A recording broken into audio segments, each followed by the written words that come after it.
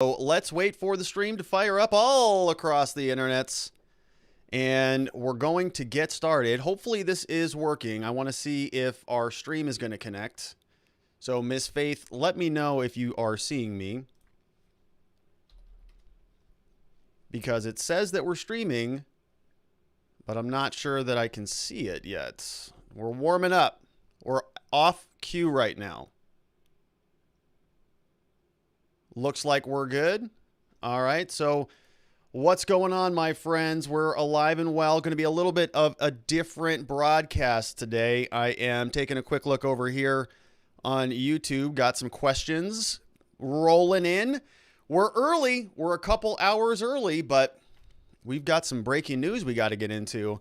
Taking a look over here on Rantingly. We're going to see that the verdict has been reached. We're going to watch it live together here. 4:30 p.m. Eastern time is what they're saying. So that actually means like now, right? Right now. So let's make sure that we are on the correct stream. We've got Fox News over here. We've got Star Tribune over here. Let's throw some chats on there. We can see what's going on. See what Twitter has to say. You know, we had a whole show planned that we were going to go through. We were going to talk about Maxine Waters. We were going to talk about Dante Wright. We're going to talk about Jesse Jackson, Al Sharpton. We had a lot that we were going to dive into, but we have a verdict now. All right, so let's go on over to locals.com. See how that chat is going. I know Miss Faith is warming us up all across the internet right now. Now, I do have some thoughts on the fact that we have a verdict so soon. Typically not a good thing if you are a defendant. Typically, when the jury reaches a verdict so quickly, it's not good. It means they came to a conclusion on guilt pretty quickly, or they decided to make a deal, right? They said, no, we'll acquit on the 2 serious charges as long as we can all agree on the manslaughter charges. And so they'll enter into a compromise. So that's my first instinct on this. And Miss Faith is warmed up on the stream. Let's see what's going on over from Locals. Locals, I can't get plugged into our main chat. Let's see what's going on over here. We've got Ma Fox in the house says, definitely not beneficial for the defense, the fact the verdict is this fast. I agree with that. We got at Baldwin says the manslaughter only charge will probably still result in riots if he's convicted. We have Savada Park says, I'm guessing this means the conviction on manslaughter and acquittal on the other 2. Couldn't imagine it being unanimous this fast any other way. I think that's a really good point there. That is from Savada Park, or Cvad Parks. Yeah, I agree with that. I think that it makes sense, right? It would be sort of a compromise. They would go in. You'd have some people who want total convictions. You have some people that want total acquittals. They split it down the middle. They say, well, maybe there were some other causes of death, but Chauvin should have rendered aid. That was the culpable negligence. You can see how that could flesh out. We have J-Bone now who says all 12 jurors coming to the murder charges this fast. Their case on the murder charges was so weak. Let's see what Fox has going on. Take a look over here. I want to make sure that we don't miss anything. So from Star Tribune, they started streaming just about 15 minutes ago. Poke around on Twitter, see what's going on over there.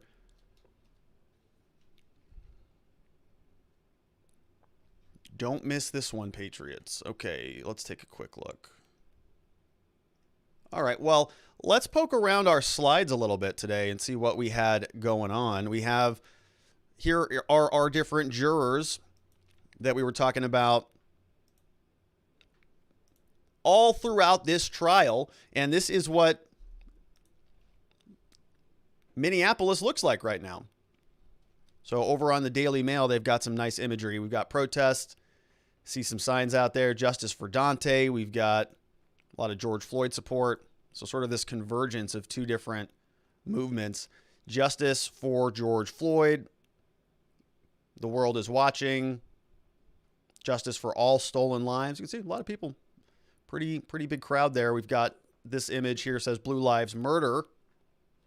Justice for George Floyd. Some nice printed signs. Convict Chauvin. Justice. We got the BLM fist over there. Here's another one. A lot of justice for Floyd's. And we have a lot of individuals flying into Minneapolis. Everybody's pouring in there. Here is a video of what's going on there from Minneapolis.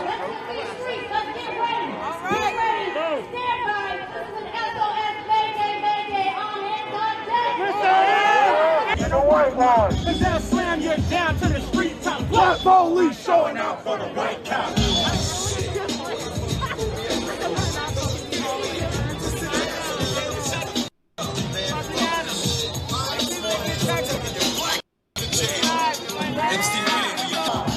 All right, so a lot of activity going on over there. Let's take a look back and see what is going on in the courtroom. No changes. Over on Fox, they're still poking around. Let's see what's going on locals. All right, so we've got some questions. We got Jay Bone says, at Baldwin, I know Scott Adams said they would have to be the bravest people in the world not to convict. Robert, people are asking your opinion prior to verdict. So my opinion on what it's a good question. I've got sort of two answers on this one. I think that if you have a legal answer, if you want my legal opinion on this, I think that the government failed to prove guilt beyond a reasonable doubt on all three of the charges, in my opinion. And if you've been following this channel, you probably can recognize that in some of the arguments that you've been seeing unfold throughout our analysis of the Chauvin trial. And it's kind of interesting to note how I think my opinion on this changed based on the evidence that I saw play out in court. If you'll remember back, May of last year when we were on this channel doing this show covering the George Floyd, the entirety of the situation right after it unfolded, I was very upset about what I saw, very upset. And I wanted to make sure that Derek Chauvin got what was coming to him. But I have a lot of faith in the beyond a reasonable doubt standard. And as I said throughout our analysis here, I think this all comes down to causation. And the defense has shown, I think, that there are many other potential causes that could have killed George Floyd and actually did, according to the government's own testimony, contribute to his death. And we saw that from Dr. Baker, who said that it had nothing to do with asphyxia, had nothing to do with low oxygen. That was the government's own witness. And we're talking about causation. And if you go through every single one of the charges, that is a critical element. You can say that what Chauvin did was awful. I agree with it, right? I don't have any love for Chauvin whatsoever, not even a little bit. To me, he seems like one of those cops that I kind of detest out there, truthfully. Somebody who's got kind of a big ego, a little bit of the small man syndrome out there, going to exercise his authority everywhere he goes. Not somebody I have any love for at all. I think what we saw out of him was grotesque, but I just didn't think that it was the cause of Floyd's death.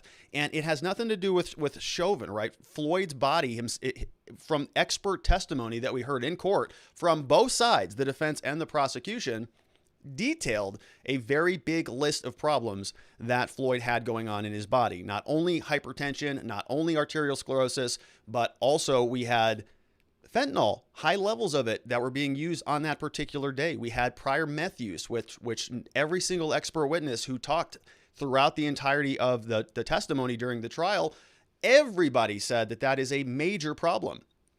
There is no safe amount of it. George Floyd was also in the hospital in 2019 for a very similar set of circumstances where his blood pressure was well over 200.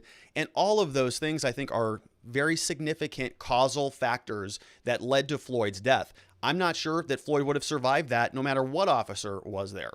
Just given the nature of the altercation, we heard that Floyd was complaining about his breath before he was even on the ground. He was screaming about, I can't breathe, when he was in the back of the police vehicle before he was ever even put in the prone position.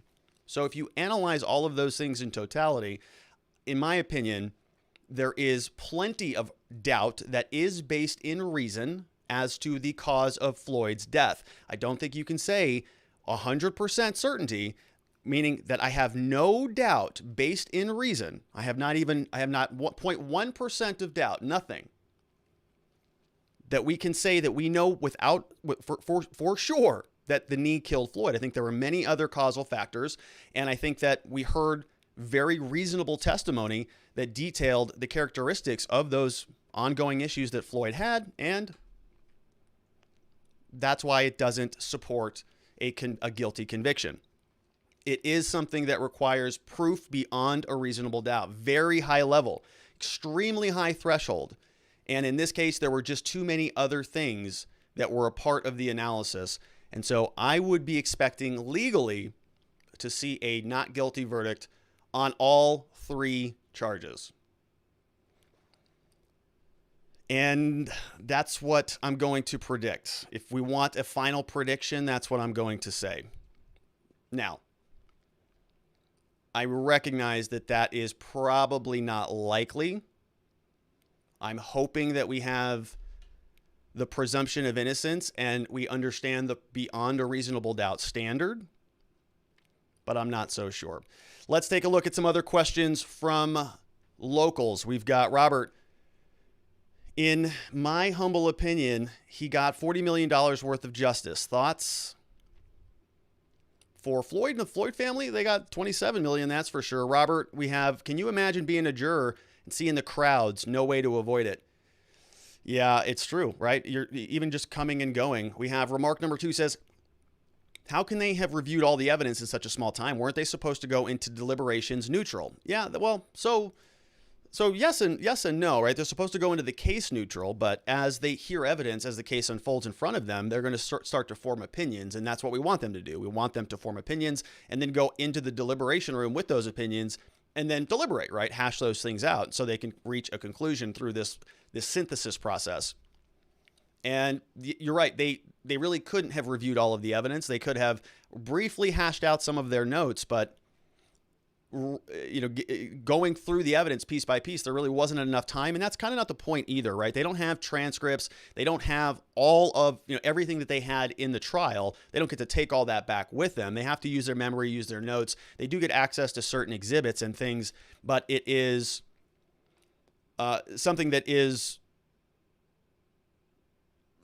to them to come to a conclusion and to hash that stuff out based on their own memories. All right, sorry, I'm sort of reading some other things. Miss Faith sent me something here from Andy, and Andy says, Minneapolis says a man on a microphone incites violence by saying he can no longer be peaceful and that if they don't get what they want, they will burn it down.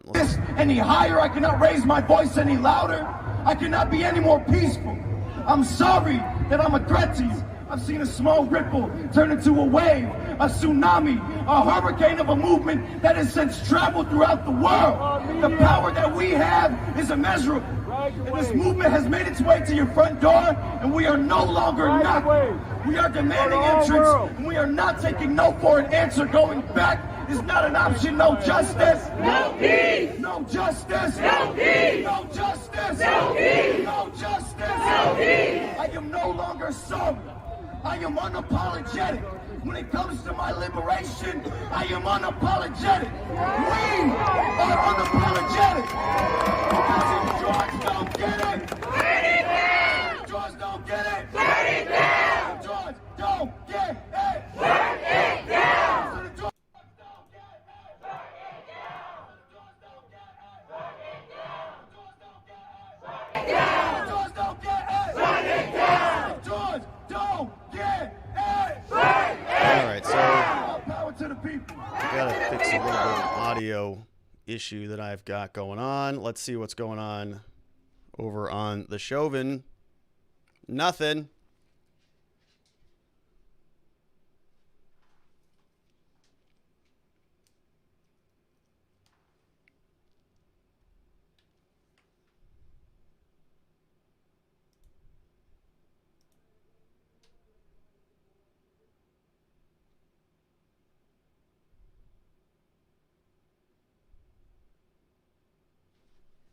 Give me 1 second. I'll be right back if you want to hang tight.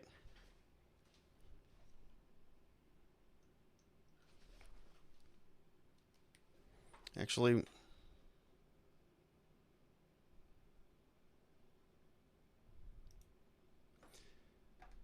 all right, let's go back to the chat.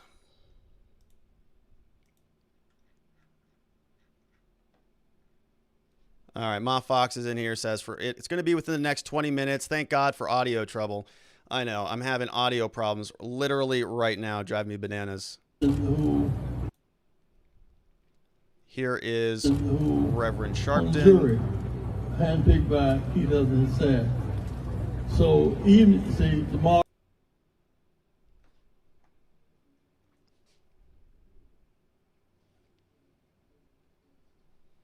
All right, I got to reboot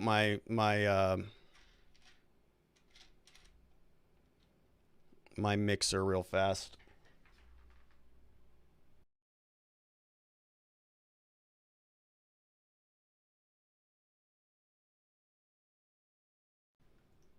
Testing. All right, let's see if that fixed it.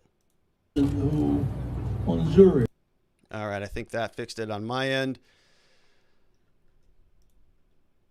All right, so apologies for that, folks. This is what happens when you go early. All right, let's get back into this. Let's act like we're professionals. Let's act like we've been here before.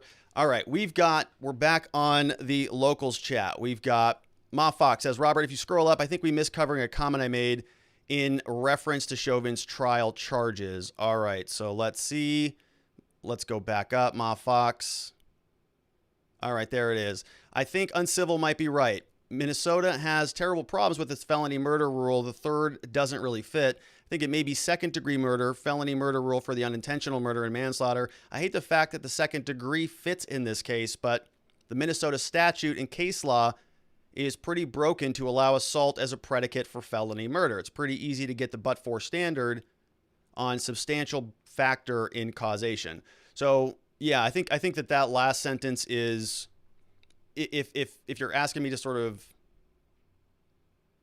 I agree with you on that last conclusion, that I think that if you are, and we sort of went through that yesterday with the pie chart analysis. So if you are somebody who says, you know, it's like 40% knee, maybe 30% heart, and 30% drugs, yeah, that's a pretty substantial factor, right? 40% of anything is a pretty big deal.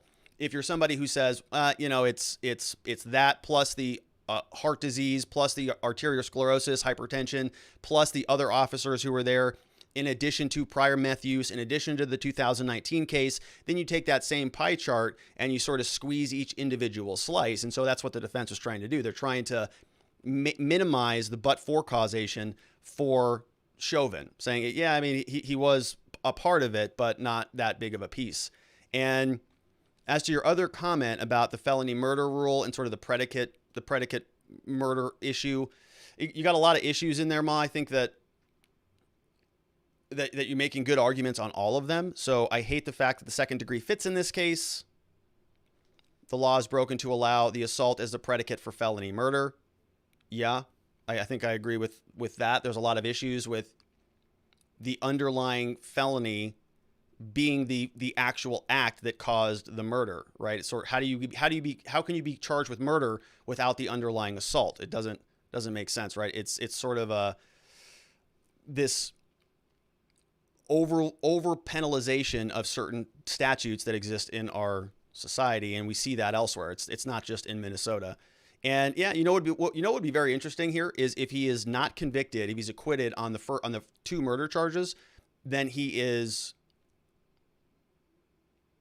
Or let's say he's convicted on the third degree murder charge, right? The one that the judge Cahill threw out that the appeals court brought back, that I think still needs to go up to the Supreme Court in Minnesota. So that one might be thrown out just on the law, nothing about the facts, just on the law. If he is convicted of that one, that still leaves the manslaughter charge. All right, let's go back over here. We got News Now Wyoming says, come on, we know there's going to be riots no matter what happens. That's me. Don't want that. Let's pop this out so we can make sure this is floating around with us.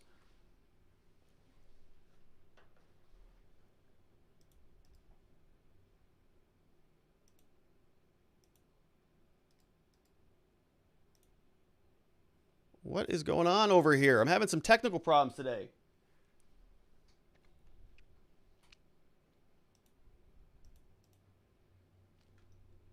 All right, let's go back to some questions.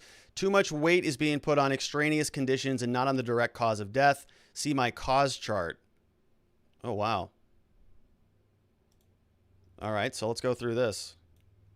Drug addiction, how a drug addiction can lead to death. Yeah, so look at all these causes, right? Drug dealer interaction, drug ingestion, drug intoxication leads to diminished supply to the heart, arteriosclerotic heart disease, hypertensive heart disease, lack of condition, compensatory response, sudden cardiac arrest, resistance to police. Wow, this is kind of amazing. Who sent this over? It's amazing. Leads to death, right? So look at all this causation. Yeah, this is brilliant. That is brilliant. That comes from Justice First. Very, very cool. All right, so we're going to leave that one open. Let's make sure we go back to YouTube and see what's going on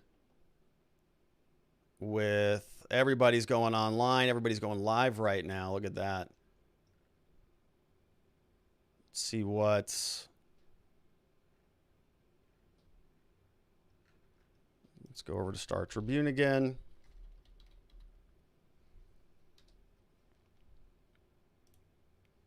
$15,000 people. All right, so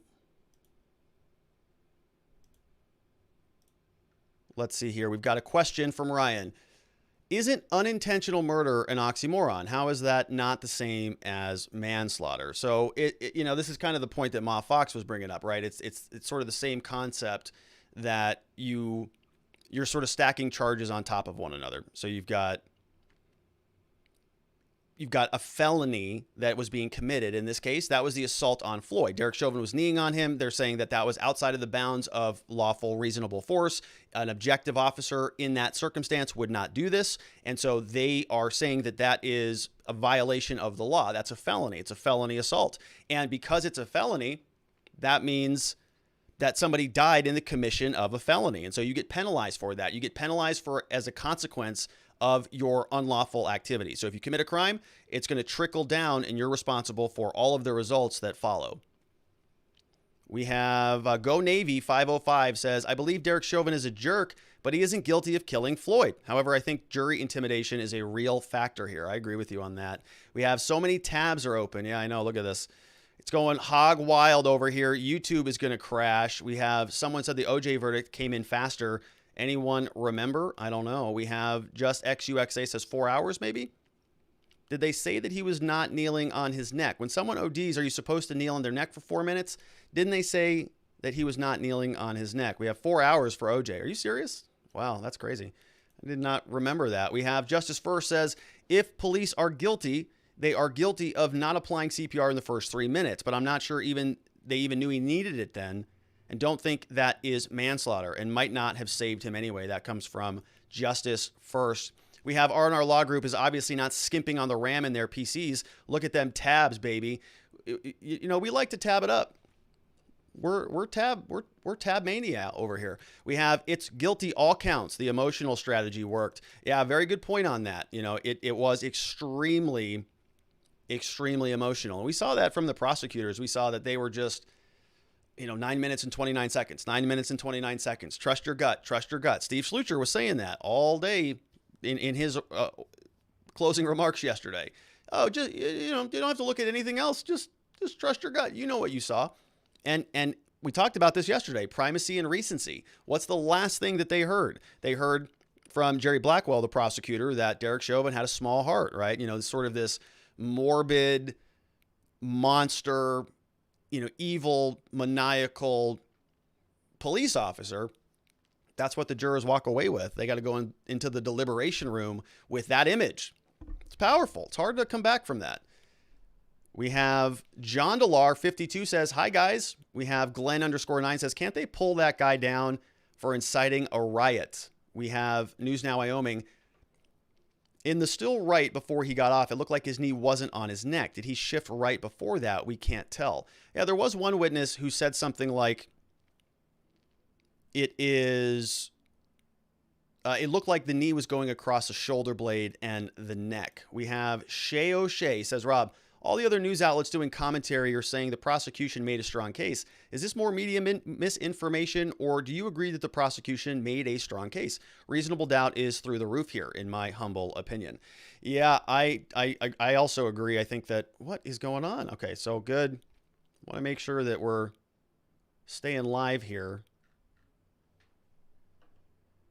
So let's go back to that question. Good question, Shay O'Shea. So did the prosecution present a strong case? Yeah, they did. They presented a good case, right? They had a good case. They have a strong case because their case is extremely emotional and it's very visible. And a lot of what you see there is so compelling on its face that it's difficult to overcome that with law and facts and reason and things like toxicology results and things like beyond a reasonable doubt. Right. It's a very important concept. It's something that's very powerful and it should carry a ton of weight in this country. But if you look at the scales of justice, if you're just tipping them one way or the other, then it's going to weigh typically more in favor of the emotional argument because people resonate with that. You don't have a bunch of lawyers on there and, chemists and toxicologists and people analyzing causal factors between different things. It's just a bunch of people who are sort of, a wide cross section of our society, and they're all now having to wrap their head around this. And so, emotion, if used correctly, can really outweigh any logic or reason if you're in a situation like this. And let's not scoff at this, right? We have now, I was going to go through the show today. Let's take a look at what else is going on. Miss Faith just sent me another link here. Democrats block a resolution censoring Maxine Waters for the Chauvin trial comments. So, she yesterday was out there making statements before the jury was even sequestered, saying things like they should guilty verdict. We're looking for a guilty verdict, and we're looking to see if all of the talk that took place and has been taking place after they saw what happened to George Floyd. If nothing does not happen, then we know that we've got to not only stay in the street, but we've got to fight for justice. But I am very hopeful, and I hope that we're going to... All right, so there was that clip, right? I was trying to find that yesterday, that there is Maxine Waters now saying that if there's no justice, they're going to fight. Right. And these are the same people who are hyperventilating over Trump using that same word. Trump was saying they're going to go, fight like hell. And that was cause for insurrection. He was saying that because the claim was made because Trump was arguing that what was happening in Congress was inappropriate. Right. It's fellow Congress people having a conversation about a actual lawful method of counting electoral votes in the form of the process that we saw with Mike Pence, right? That's all legitimate, and there's a procedure to go through. Trump was being critical of that. People were hyperventilating about it. Of course, what happened on January 6th, major problem. But the same people who are upset about that now are out defending Maxine Waters for doing the same thing, right? She is now trying to rally up support to go interfere with a lawful government proceeding in the form of a trial, a very important trial with Derek Chauvin, who is a private citizen, not members of Congress. And so she is actually, jeopardizing a private citizen. And when Congress people are upset about that, they wanted to censor Maxine Waters. And of course, the Democrats are blocking that resolution. Why wouldn't they? Let's see what else is going on locals. We have Joe says the courthouse is going to burn. I hope not.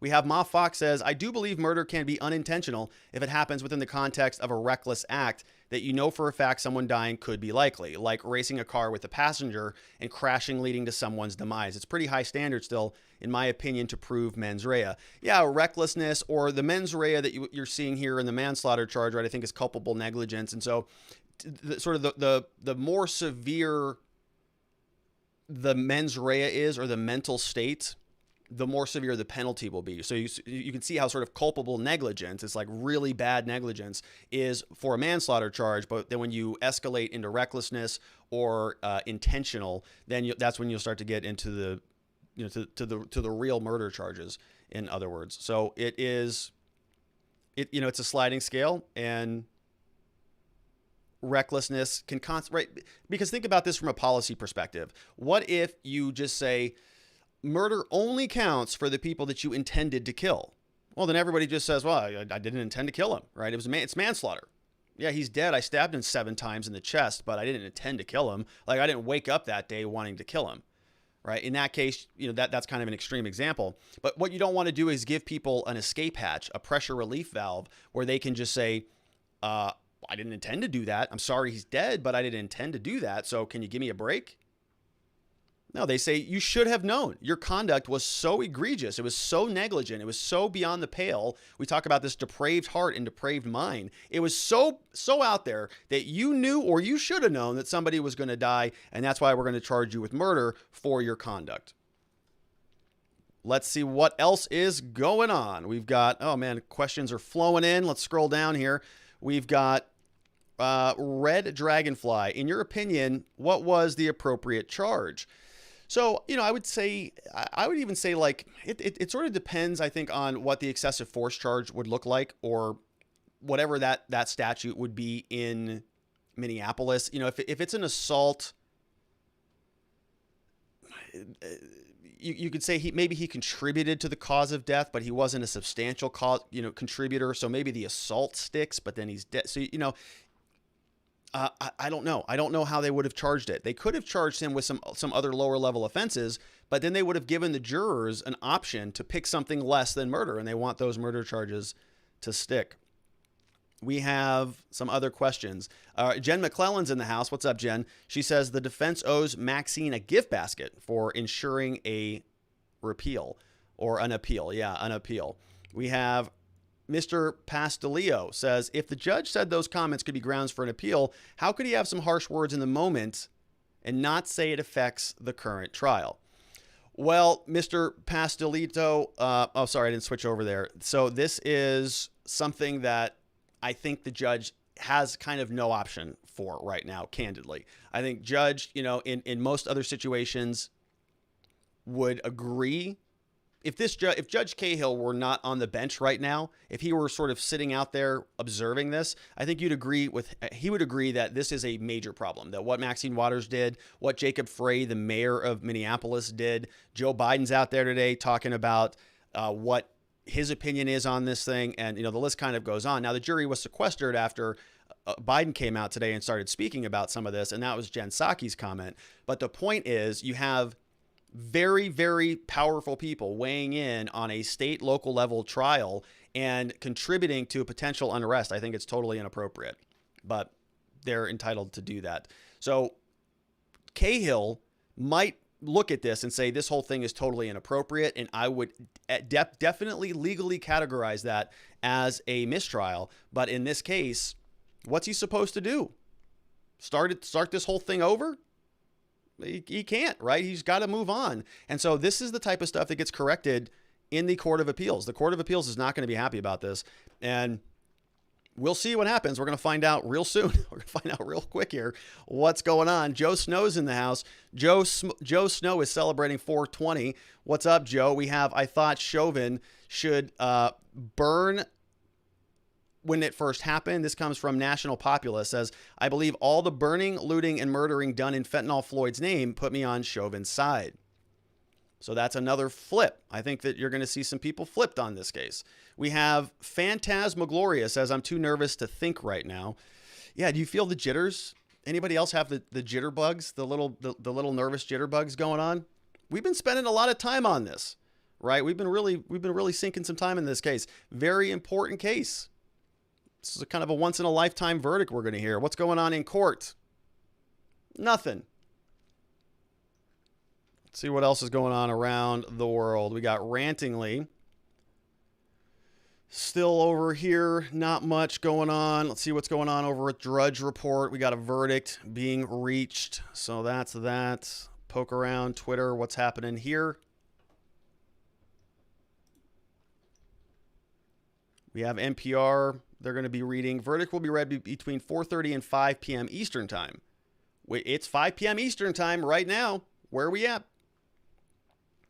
CNN International. Gia Vang says, we got the note about the verdict from the judicial branch around 2:30. If we say that it's about time jurors reached a verdict after 3 weeks of testimony, they made a decision in more than 10 hours, just more than 10 hours. AP says... Yeah, everybody's bracing for impact right now. NPR News is giving us a racial breakdown of who is on the panel. 1 black woman, 2 women who identify as multiracial, 2 white men, 4 white women. Here's what we know about the jurors. So they're giving us some clarity on that. All right, let's go back over to some questions. All right, we have National Populist says, pretty sure the verdict is crashing YouTube's servers. Yeah, I'm getting a lot of buffering on mine.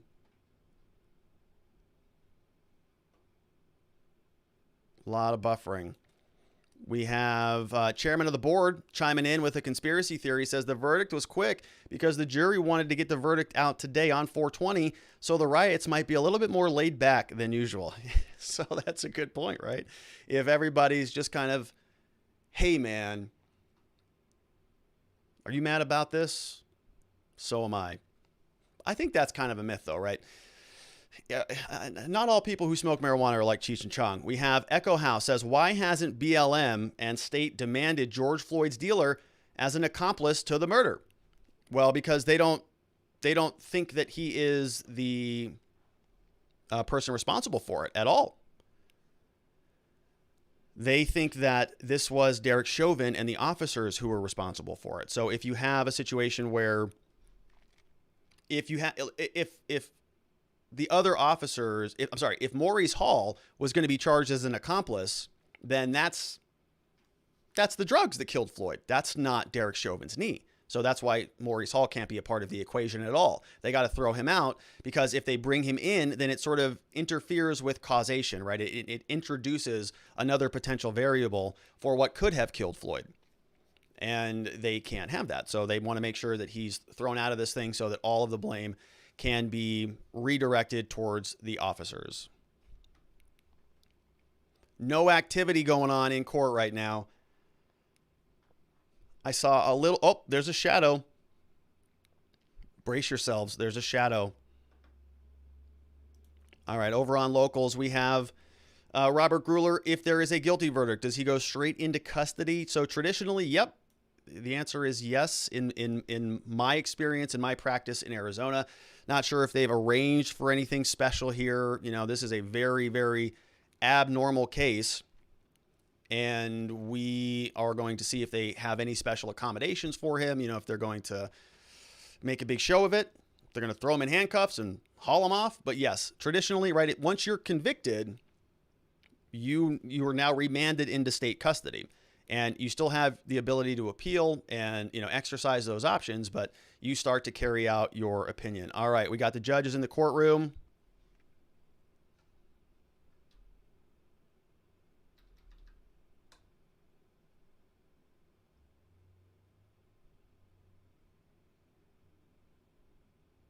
Are you getting audio? I'm not getting audio.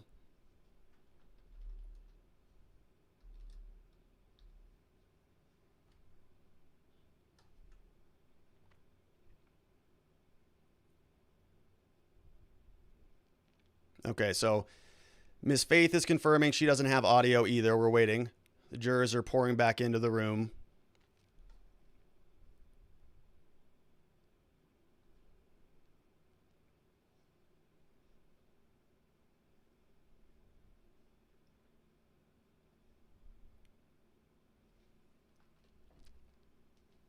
I don't hear any.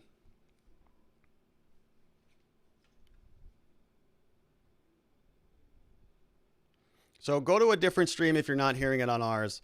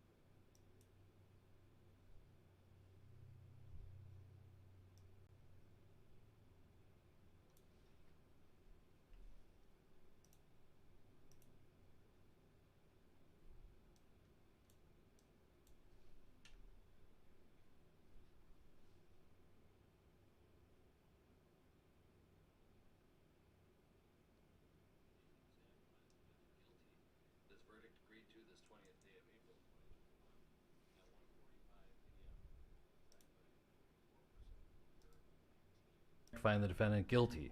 This verdict agreed to this 20th day of April 2021 at 1:45 p.m. Signed by jury foreperson, juror number 19. Same caption, verdict count 3. We, the jury, in the above entitled matter as to count 3, second-degree manslaughter, culpable negligence, creating an unreasonable risk, find the defendant guilty. This verdict agreed to this 20th day of April 2021 at 1:45 p.m. Jury foreperson 019. Members of the jury, I'm now going to ask you individually if these are your true and correct verdicts. Please respond yes or no. Juror number 2, are these your true and correct verdicts? Yes. Juror number 9, are these your true and correct verdicts? Yes. Juror number 19, are these your true and correct verdicts? Yes. Juror number 27, are these your true and correct verdicts? Yes. Juror number 44, are these your true and correct verdicts? Yes.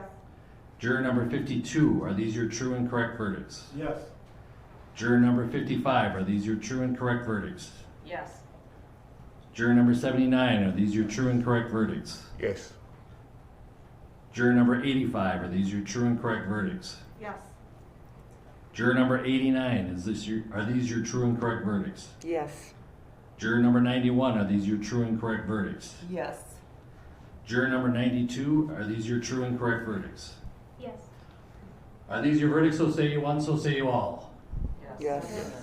Members of the jury, I find that the verdicts as read reflect the will of the jury and will be filed accordingly. I have to thank you on behalf of the people of the state of Minnesota for not only jury service, but heavy-duty jury service. What I'm going to ask you to do now is to follow the deputy back into your usual room, and I will join you in a few minutes to answer questions and to advise you further. So, all rise for the jury.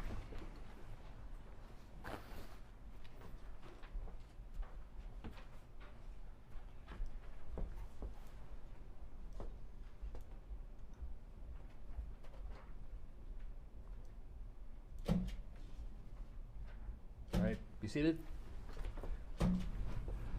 With the guilty verdicts returned, we're going to have Blakely, you may file a written argument as to Blakely factors within 1 week.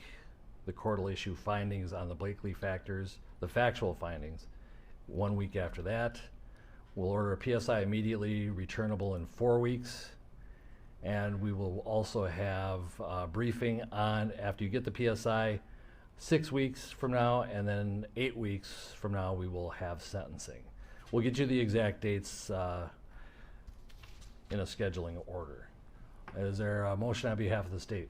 Your Honor, the state would move to have the court revoke the defendant's bail and remand him into custody pending sentencing. Bail is revoked, bond is discharged, and the defendant is remanded to the custody of the Hennepin County Sheriff. Anything further? Oh, All right. Thank you. Oh, wow. All right.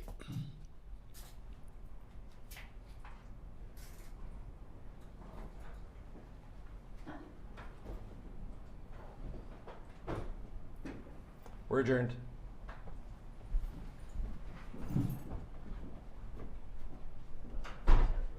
So, counsel, dates, I can send you an email.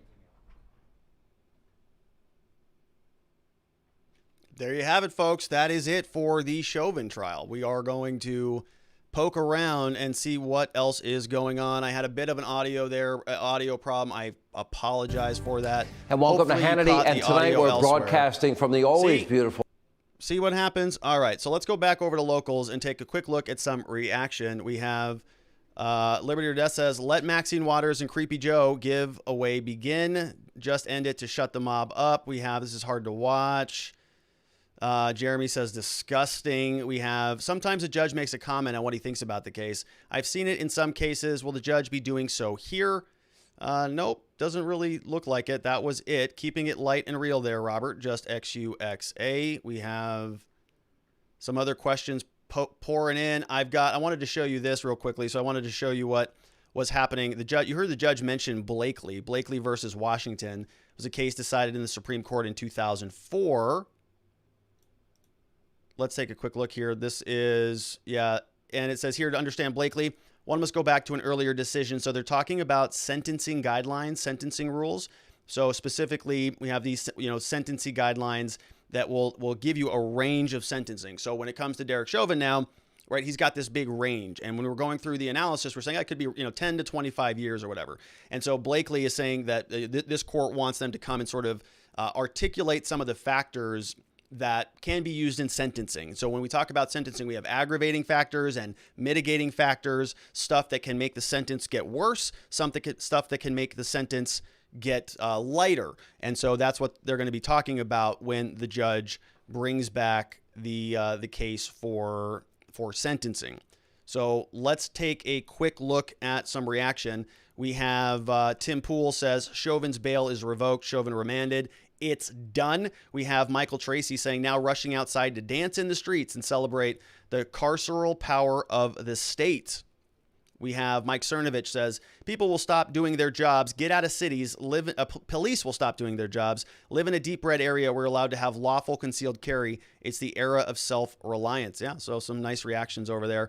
Let's see what else is going on at locals. We've got Diffusco says all counts were guilty. Yes, took a minute to get the audio. Yep, all counts were guilty. I apologize on the audio. We'll get that fixed for the next go around. My error, user error. It's what happens when I come skidding in here. We have Ma Fox said the judge's next duty is sentencing. What are we going to be looking at, do you think, based on the personality of the judge? He seems fairly on the side of Chauvin, in my opinion. Yeah, I think the judges. Let's look at Minnesota sentencing guidelines and let's see what we're looking at here.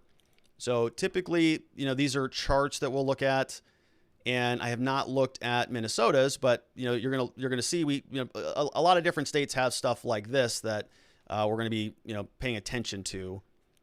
So we've got should be some charts in here, I would imagine. Yeah. So here we go. We've got some sentencing charts. All right. Okay, so here, typically you're looking for like these severity level, these types of things, right? Executed sentence, term of imprisonment, and basically, Chauvin, we're going to take his charges and we're just going to plot him on this chart, and the judge is going to sentence him according to a range. This is kind of very poorly, or 139 pages. That's crazy. The Arizona sentencing guidelines are a lot smaller than that and a lot more better organized. I might be looking at the wrong thing, but yeah, sentencing is coming up. We have, let's see, we've got Mr. Pastelio says, how quickly can you submit an appeal? Is there a right to a speedy trial like a right to a speedy trial, a right to a speedy appeal like a speedy trial? Yeah, there is. There are certain deadlines and appellate rules. Actually, appeals are very complicated. They have very strict timelines. I would guess that they probably are. The way that this works, an appeal, at least in Arizona, is you file what's called a notice of appeal. So you just say, hey, look, we're going to appeal this thing. We're just notifying you. And so typically you have to do that quickly. In Arizona, it's like within 14 days. So Nelson may have already filed that right now. And he actually may have, his team may have already be preparing that to be filed first thing tomorrow morning. But yeah, they're going to appeal all the charges. They're going to say that this was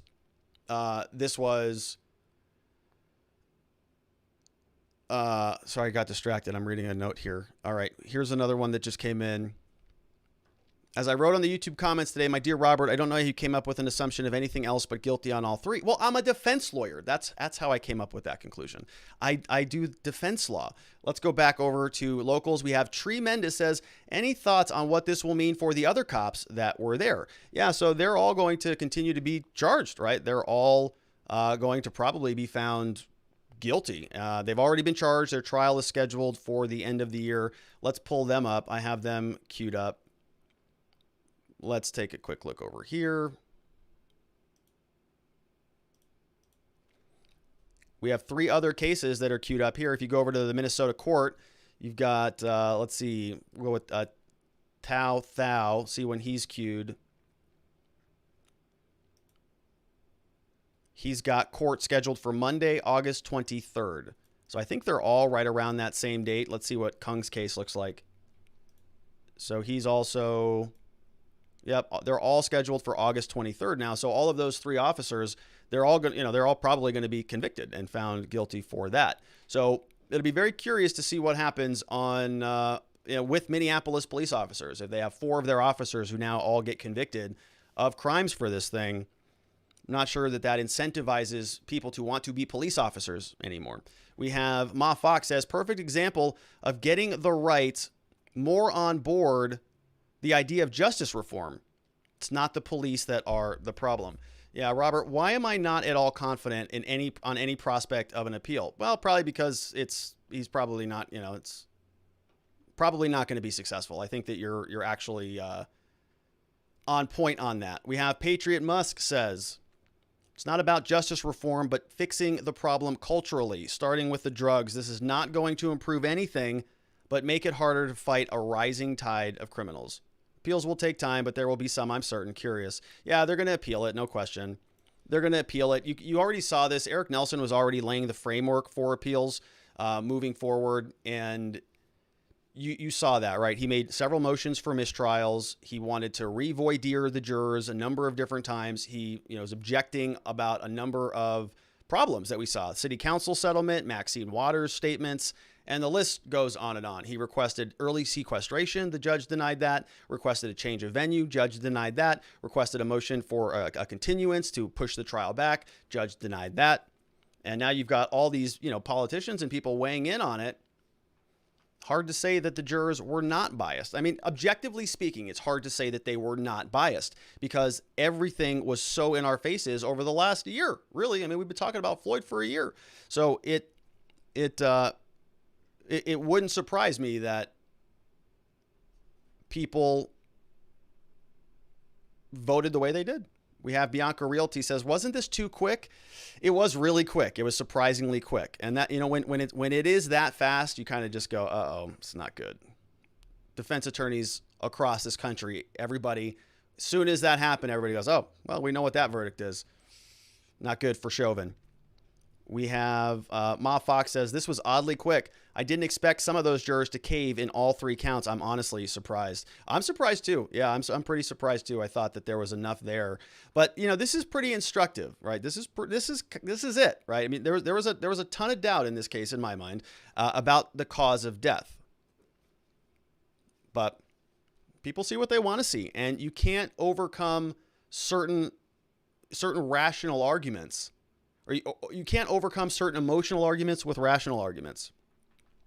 Senevis 91 says, I can't lie, I'm shocked that there wasn't at least reasonable doubt on the murder charges. 75% blockage in the arteries, and it was 90% blockage in one of them, according to Dr. Baker. Lethal fentanyl dose, I can't wrap my head around them unanimously voting guilty. It's kind of nuts, right?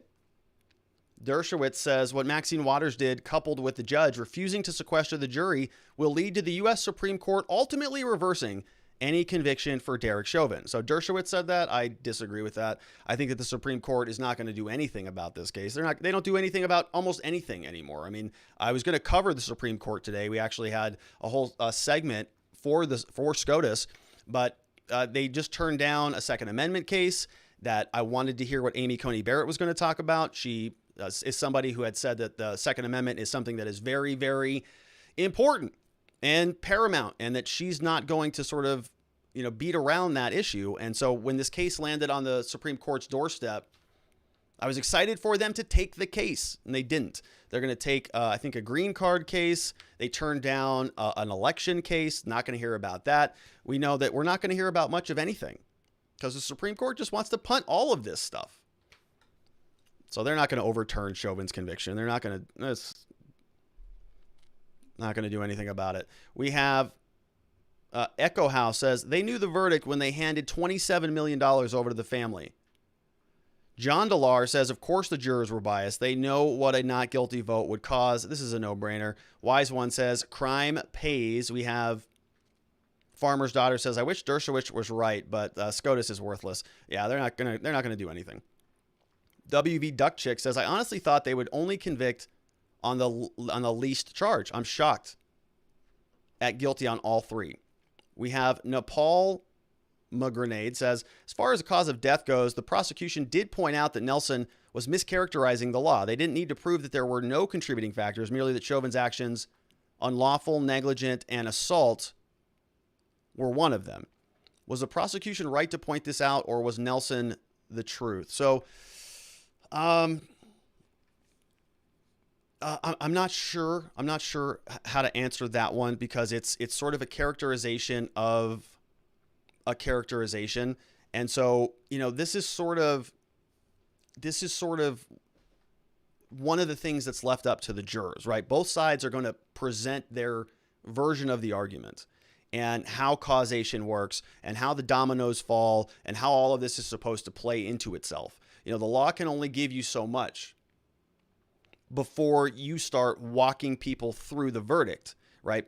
Like if I sat down with those jurors and I walked them through my analysis that I did yesterday on the dominoes and the pie chart, do you think that maybe more people would see causation in my version of that if I were arguing from a defense? I think so, right? But if I were doing that, and the reason why the court would never allow me to do that is because it would be me walking them through step by step on how to reach a conclusion, right? Logically connecting the dots. And the courts don't want to do that. They want the prosecution to come out, make their pitch, argue their version, argue their interpretation of the facts and the law and how it should be applied. And the defense is doing the same thing, how they should apply it. And so the prosecution is going to come out, of course, and say, yeah, the defense is mischaracterizing the law. The defense is going to do the same thing, and they're both going to be try to be more compelling and convince the jurors to do what they should, what is demanded of them, which is to reach a verdict.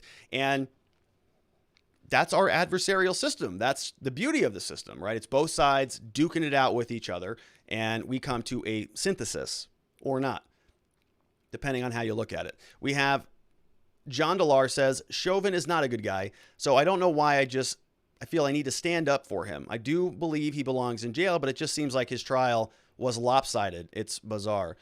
I think what you're feeling there is a dog pile, right? It's when everybody just dumps on somebody, and that happens with defendants all the time. That's why I'm a defense lawyer. I sort of like to be on this side of the equation. Everybody dumps on criminal defendants all the time. It doesn't have to be Derek Chauvin. In most cases, it's not Derek Chauvin. It's somebody who looks like George Floyd, right? It's typically the defendant is the people that we're representing. In this case, it happens to be a white police officer, but in most cases, it is not a white police officer. It might be white people, black people, Hispanic people, Asian people, whatever. It captures everybody. But in this case, the dog pile sort of felt a little bit more in our faces because we're not used to seeing it this way. And we're not used to seeing the media sort of, presume somebody's guilt before any evidence has ever been heard. And politicians presuming people's guilt before it's ever even been heard in a court of law. In other words, convicting this man in the court of public opinion before he's ever steps foot in the courtroom. That happened in this case. And that's a problem, in my opinion. I think that the presumption of innocence is something that should extend way beyond the courtroom. I think that, us as Americans, maybe that's just kind of a good idea just in general to live our lives, right? Sort of give people the benefit of the doubt. Not everybody's out there to hurt you or steal from you or rob you or beat you or whatever, right? Let's give people the benefit of the doubt. Give people a little bit more of the presumption of innocence. If they did something wrong, right, we trust our justice system to flesh that out. And many people will argue in this case they did, right? It did. And you can say that it did. You can say that this was a fair trial. You can say that, the jurors were sequestered. You can make arguments both directions, but this is what the legal system is for. It's to flesh out these issues. And the only way you can really do it is by getting into the weeds. And, the appeals are going to be very interesting. We'll see where it goes. Not particularly, optimistic about that. Let's take a quick look back at some questions. We got Nepal Grenade says, sorry if you answered, but will we find out exactly how the jury came to their conclusions? So not formally, but they'll probably write books and all of that stuff. We have Ma Fox says, there was 100% a miscarriage of justice done here. I'm no Chauvin fan, but I thought that only morally and legally reasonable charge should have been manslaughter. Murder too might have fit legally, but not morally. I'm definitely not happy with this. Well, Ma, right? I mean, I agree with you on that. I think that there was plenty of reasonable doubt here. I think that the reasonable doubt got over consumed by a lot of the emotions, and I think that it is a problem, right? That our society is sort of so quick to just abandon that concept of the presumption of innocence and reasonable doubt. We have another question from Shay O'Shea says, I can't believe not one of those jurors refused to vote guilty. This is crazy because nobody will ever know the truth. The jurors can now get book deals and their 15 minutes of fame. The jurors know the city was going to burn if it was not guilty. They knew their names would eventually be made public. People have families and everything to lose. People like this do not take unnecessary risks. This was a political prosecution during riots and the age of cancel cultures. Yep. It's a good summary there. We have David Parka in the house, says, I don't feel bad for Chauvin, but it's so scary to me that a mob could infiltrate the courts the way that it has. 10 hours of deliberation was not a careful consideration of the evidence. Yeah, it was very, very quick. Jen McClellan says, there will still be riots, but now in the name of Dante Wright. Phantasmagloria says we should give people the benefit of the doubt. I agree. We have Sasha Sisha says, is the impeachment trial back on, Rob? I think Maxine Waters should be impeached for inciting a riot and intimidating the jury. Good news, there is an impeachment template that's ready and available for you at your convenience. Just download that sucker. Maxine Waters inciting insurrection all day long. So have a field day with that. She certainly deserves it. We have Just Luke, or Sandy Paw says, riots don't happen because of Floyd. They happen because cases like Floyd give them political cover for rioting. We have Marvelist CME says, why does sentencing take so long? Sentencing takes long because they have to sort of do a lot of work on the case. So the government is going to submit what's called a sentencing memo, sentencing memorandum, or whatever the equivalent of that is in Minnesota. And the defense is going to do the same thing. That's what they were sort of talking about with those Blakely factors. They're going to memorialize what their arguments should be. So the government's going to come out and they're going to say Derek Chauvin deserves the max. Ask for the max. And so on the sentencing charts, what I was trying to find from Minnesota, which I couldn't, is the sentencing guidelines. And so in Arizona, we have a chart. It literally looks like a chart, and it has boxes in it. And what you'll do is you'll say, okay, this person was charged with this category of a felony. So in this case, manslaughter, murder, right? Those are going to be class 1s and class 2 felonies, the most serious felonies that we have. This is in the Arizona framework. And so what you'll have on that box is you'll have a middle column and a far left column, and you'll have a far right column. The middle column is the presumptive sentence. So Derek Chauvin, he's convicted of these 3 charges. There should be a presumptive sentence. There should be a presumptive term. If all things are equal, if Derek Chauvin is charged and convicted with second-degree unintentional murder, and somebody else named John is, and somebody else named Mary is, and somebody else named Billy is, and so on and so forth, they all start at the same point. It's called the presumptive sentence. They all start there. That's the starting point. The government wants to aggravate that. They want to ask for the max. So on our chart, they move towards the aggravation box. They say, no, Chauvin was egregiously intending to cause him harm. That's an aggravating factor under under Minnesota law.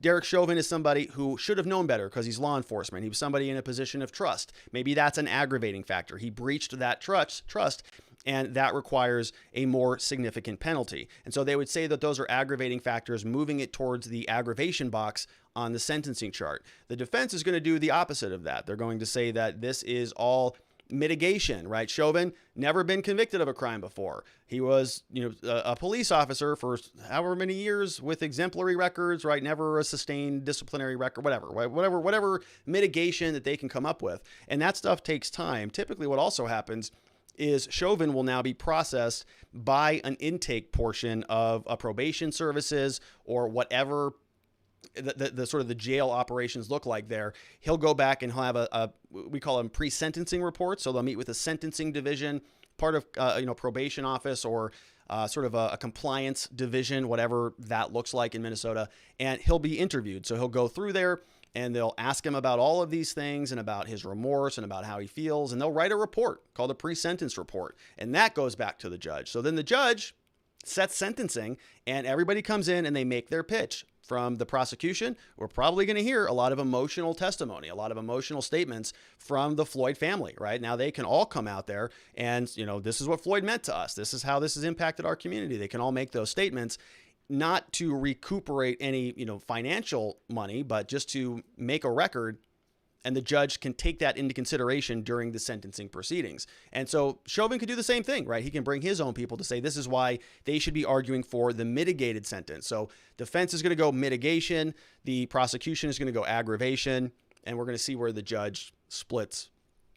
In the middle, we have some other questions from locals. Let's take a look what's going on. We have the T lover. Maybe the police handbook should have been reviewed instead of having this case. We have question. Do you think the judge did a good job even though he didn't declare a mistrial? Yeah, I do. I actually think that Judge Cahill did a very nice job with an impossible situation, right? There are several things that I wasn't particularly happy about. A couple rulings I thought maybe should have gone the other way. Like, for example, I'm not sure why Dr. Tobin was allowed to come back in and testify at all. I think it was inconsequential. I don't think it impacted the outcome of the case whatsoever, but it was still one of those things. It's like, nah, they didn't disclose it. The prosecution should have known better. They didn't. And you sort of gave them another bite at the apple when they didn't deserve it, because it's their problem for not disclosing the relevant information at the right time. So like little things like that, I had some issues with, but largely I thought he did a very good job holding both sides accountable. I think that you can make very reasonable arguments about what he should have done at the beginning of the case. Whether this trial should have actually happened is a whole separate question. But once the trial started, I thought he did a good job. I thought he was very even-keeled.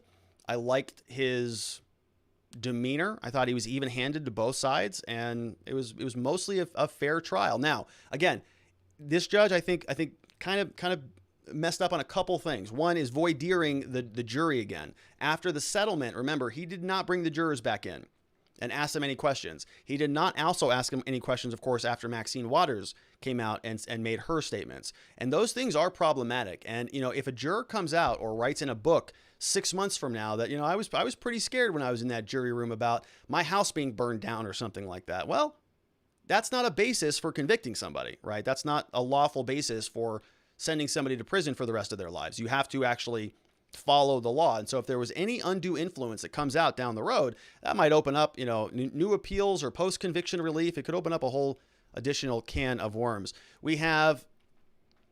Let's take a look. We got Nepal M. Grenade says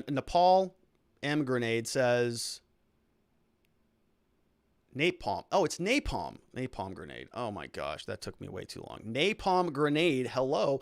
Says Ma Fox. Yeah, fair enough. This was actually the first trial I have followed so closely. It was fascinating. I wonder what the verdict would be if I had the jury instructions in front of me. That's why it's interesting to see how the jury came to their conclusion. We have Liberty or Death says, do you think during sentencing Chauvin will address the court? Ooh, that's a good question. Yeah, I think so. There's no harm in that. I think he should address the court. I think he should, it's a good question. He may not address the court because to be fair, the case might come back down, as Judge Cahill mentioned, right? If this is an appeal and they say this was an unfair trial, maybe he doesn't say anything at sentencing just to sort of keep the record clean, right? If he comes out and says, I'm sorry, show mercy, then he's sort of acquiescing, sort of tacitly admitting that maybe he was responsible for what happened with Floyd. But if he just sort of, I'm not going to say anything, we know we're appealing everything anyways, you just keep the record clean. Good question though, Liberty. So maybe he does not speak.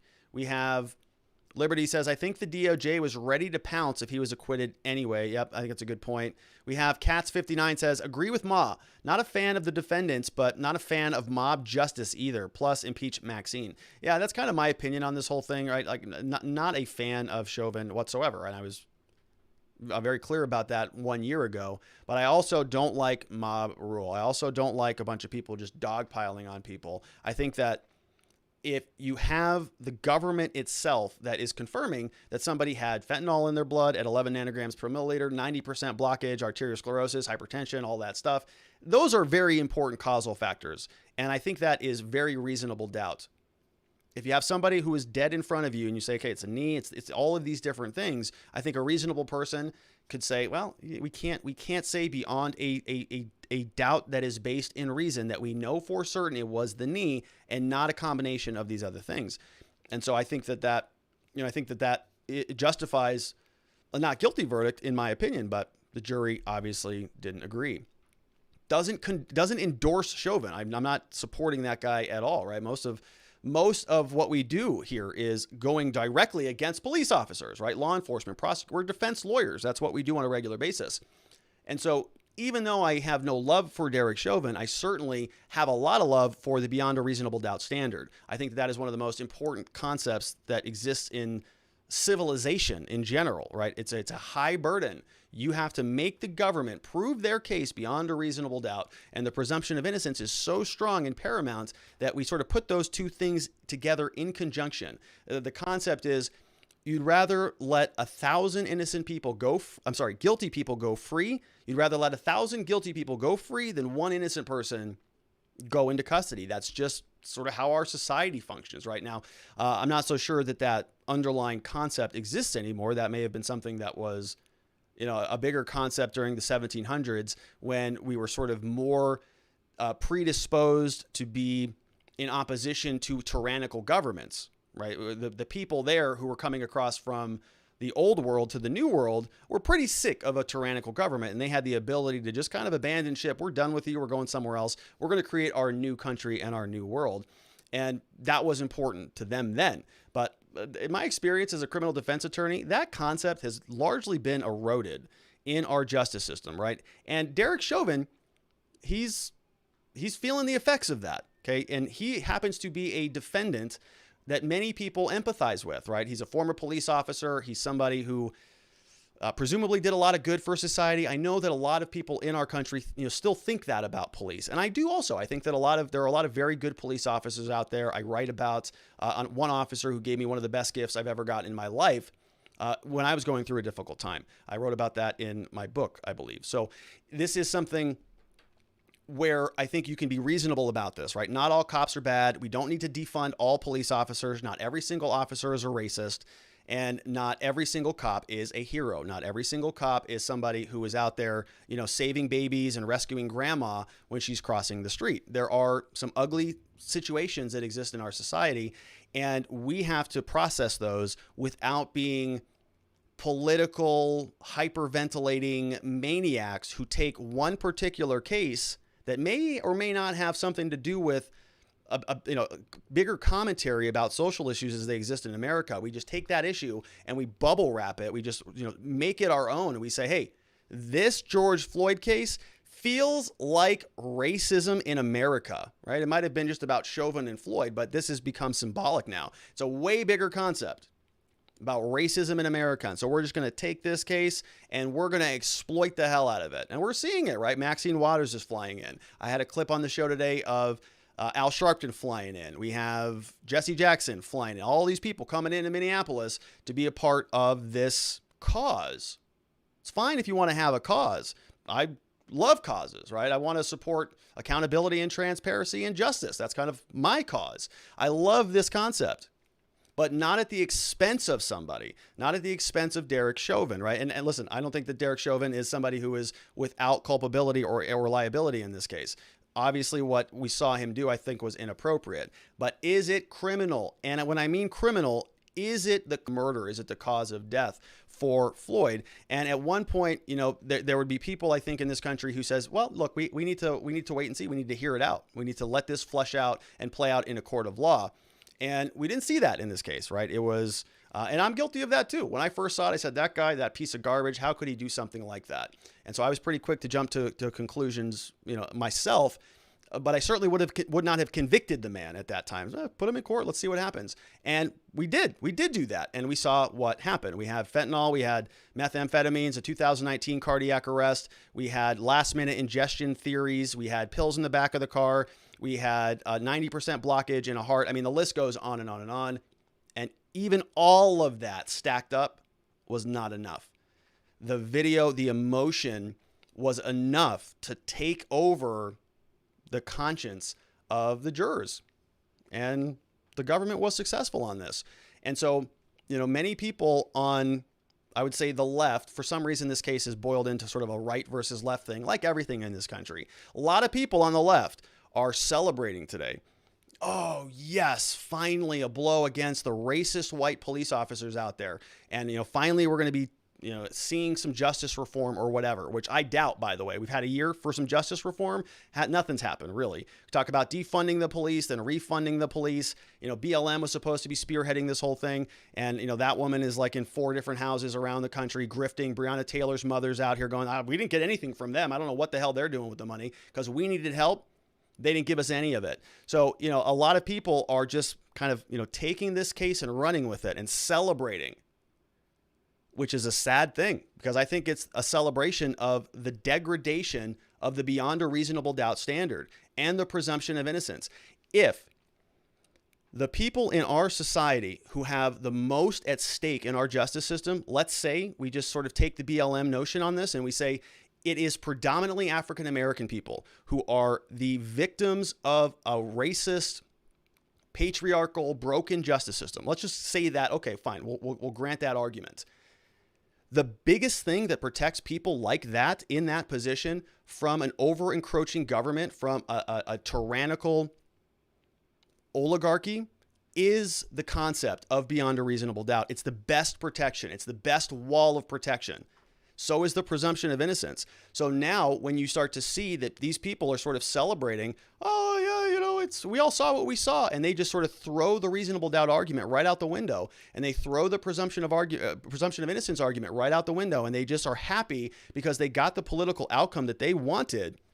They are digging their own holes. They're digging their own graves because guess what? Their communities, who's going to be next in court tomorrow? It's not going to be Derek Chauvin. It's not going to be another police officer until we get to August. It's going to be some black kid or some Hispanic kid or some other defendant now who is being prosecuted by the same Steve Schlucher, by the same Jerry Blackwell, by those people. They're going to prosecute the next George Floyd and the next Dante Wright and the next whatever. But in this case, they're thrilled. They're doing cartwheels and backflips because Derek Chauvin got convicted. When there was plenty of reasonable doubt, well, the next time that the jury gets asked about reasonable doubt, it's not going to be Chauvin. It's going to be Dante. It's going to be George. It's going to be somebody else on that side of the aisle. So we have to uphold that standard. It's so critical in our system. And when anybody is just willing to throw that standard out because in the current moment they feel good, oh, Chauvin, yeah, he's convicted, great, good, he deserves this. They're really jeopardizing the future of their communities and the future of our justice system. And if this is the template for future cases, if any time that there's just an altercation with law enforcement and some person in our society that everybody just dogpiles on the cops and says that person's guilty before they have their day in court or before a shred of evidence is even presented, that's a problem. Cops are not going to stay around for that. Why would they? Why should they? In Minneapolis, if they're going to be paying out, $20 million every time somebody gets killed and immediately charge the cops and immediately create a hostile environment in which they can hardly get a fair trial, where you have a trial taking place while the mayor is undermining the case, while you have foreign legislatures like Maxine Waters flying in, you have Joe Biden now speaking out on stuff like this, you have the city council settling the case for $27 million. The list goes on and on. So if you're a Minneapolis police officer these days and now you see what happened here, you wake up and you go, what the hell am I doing here representing any people in this civilization? I've been promising and vowing to have their backs. They don't have mine. I show up, I do my job. There is a reasonable altercation that takes place. A tragedy happens. Now I get charged, I get convicted, and the city that is supposed to provide me with due process fails to do that by allowing a trial to take place in what really is a circus. Why would a cop stick around? Truly, I'd bail out of there. And the political environment is mostly hostile to them. So at some point, if you're a good police officer, you just have to say it's not worth the risk anymore, right? This used to be a job where I was a hero and somebody who was looked upon favorably, but that dynamic has changed. And it's strange for me as a defense attorney to be sort of out almost defending the police a little bit. And I'm not really, but I am defending the beyond a reasonable doubt standard. I think that is so important.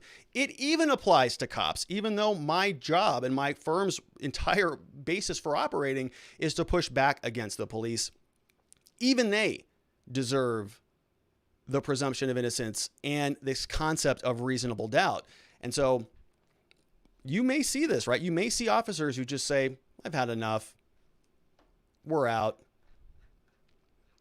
All right, let's take a quick look at some locals questions. We have, let's see what's going on here. John Delar says, do you think the cop who killed Adam Toledo will be charged? I don't think he should be. I don't think so. I don't think he will be charged. I think that was close enough of a call that he's not going to be charged. Let's see what else. We've got Gregory Nicholas says, assault rim of sapience on a margarita of mendacity. Ooh, that is some alliteration right there. Just XUXA says Rittenhouse next. Yeah, we're definitely going to be diving into the Rittenhouse case. No question about it. We've got Blue-Eyed Hillbilly says, what are the chances of these people, Maxine, Jesse Jackson, Al Sharpton, getting arrested for witness tampering? 0. I don't think they did anything that resembles that. You know, they were going out there, and I don't think there's any overlap between what they did and any criminality. We have Ma Fox says, I still think cops have to be held to a higher standard than your average person. I agree with that, right? And you sort of do that. It's called the standard of care. The standard of care will typically raise with your training, right? So, you know, if you said, if a surgeon came to me and said, hey, perform this surgery, right? I would not be expected to perform well because I don't know how to do surgery. So my expectations and my standard of care would be low. And so if I were, you know, in the middle of an emergency and I was trying to perform surgery and I botched that or whatever, right? They're not going to hold me accountable to the same surgical standards because I was acting in an emergency. They would recognize that my standard of care dropped down relative to my experience. But if you are somebody who is at that high level, right, like an officer or a surgeon or a pilot, you have to hold to those higher standards. If you're trained to be somebody who operates there, and you do stuff that is from a lower standard of care, that's not appropriate. That's why you're elevated to that higher status. Let's see what else we've got. We've got Liberty or Death said, I made this my Zoom picture today for class. Somehow it made me racist. Crazy. As David Dorn, remember him? David Dorn was killed in a BLM riot. So Liberty or Death is throwing rocks at a hornet's nest over in law school, and I happen to love that. Doodle Doo says, I'd like to know the actual enrollment statistics for police academies before and after this verdict. Honestly, who would want to become a cop now or screwed? I don't think that many people will. We have Zuck says, I can't wait until Maxine eats her words when the appeal puts the second trial in rural Minnesota. Can you believe that? Yeah. WV Duck Chick says, can you comment on the other officers involved? Yeah, so they're scheduled now for Monday, August 23rd. So this is Alexander King's case. We have Thomas Lane's case and Tad Thao. Let's see what's going on in Kung's case. We've got more disclosure. So yesterday it looks like they sent over some discovery. Let's see if we can pull this up. See what they sent over. So discovery means that this prosecution sent over some documents. They corresponded. Let's see if we can. No, of course, Minnesota's website's just dying. All right, so they sent over to the other officers, to their attorneys, a lab report and police investigative reports. So I wonder if that lab report is the blood gas carbon monoxide test. We also have a witness contact form. So Dr. Tobin's Why COVID-19 Silent Hypoxemia is baffling to physicians article. So they're sending over another article. So yeah, you can see they're very clearly going to be using Dr. Tobin in those upcoming trials. So yeah, very bad day for Derek Chauvin. Very bad day for these other officers. Tao Thao, we have Thomas Lane and Alexander Kung. Not looking good for those gentlemen either. They are scheduled for trial, or not trial, but they're scheduled for court near the end of August. And so we'll see what that looks like. Take a couple more questions over here. We've got, Zuck says, I think Rittenhouse has far more of a chance than the defendant in this case. I agree with you on that. It certainly energized the country, but the facts seem to match the narrative even less well. So good question, Zuck. Yeah, when is Rittenhouse queued up? Kyle Rittenhouse. Oh, I actually have his case.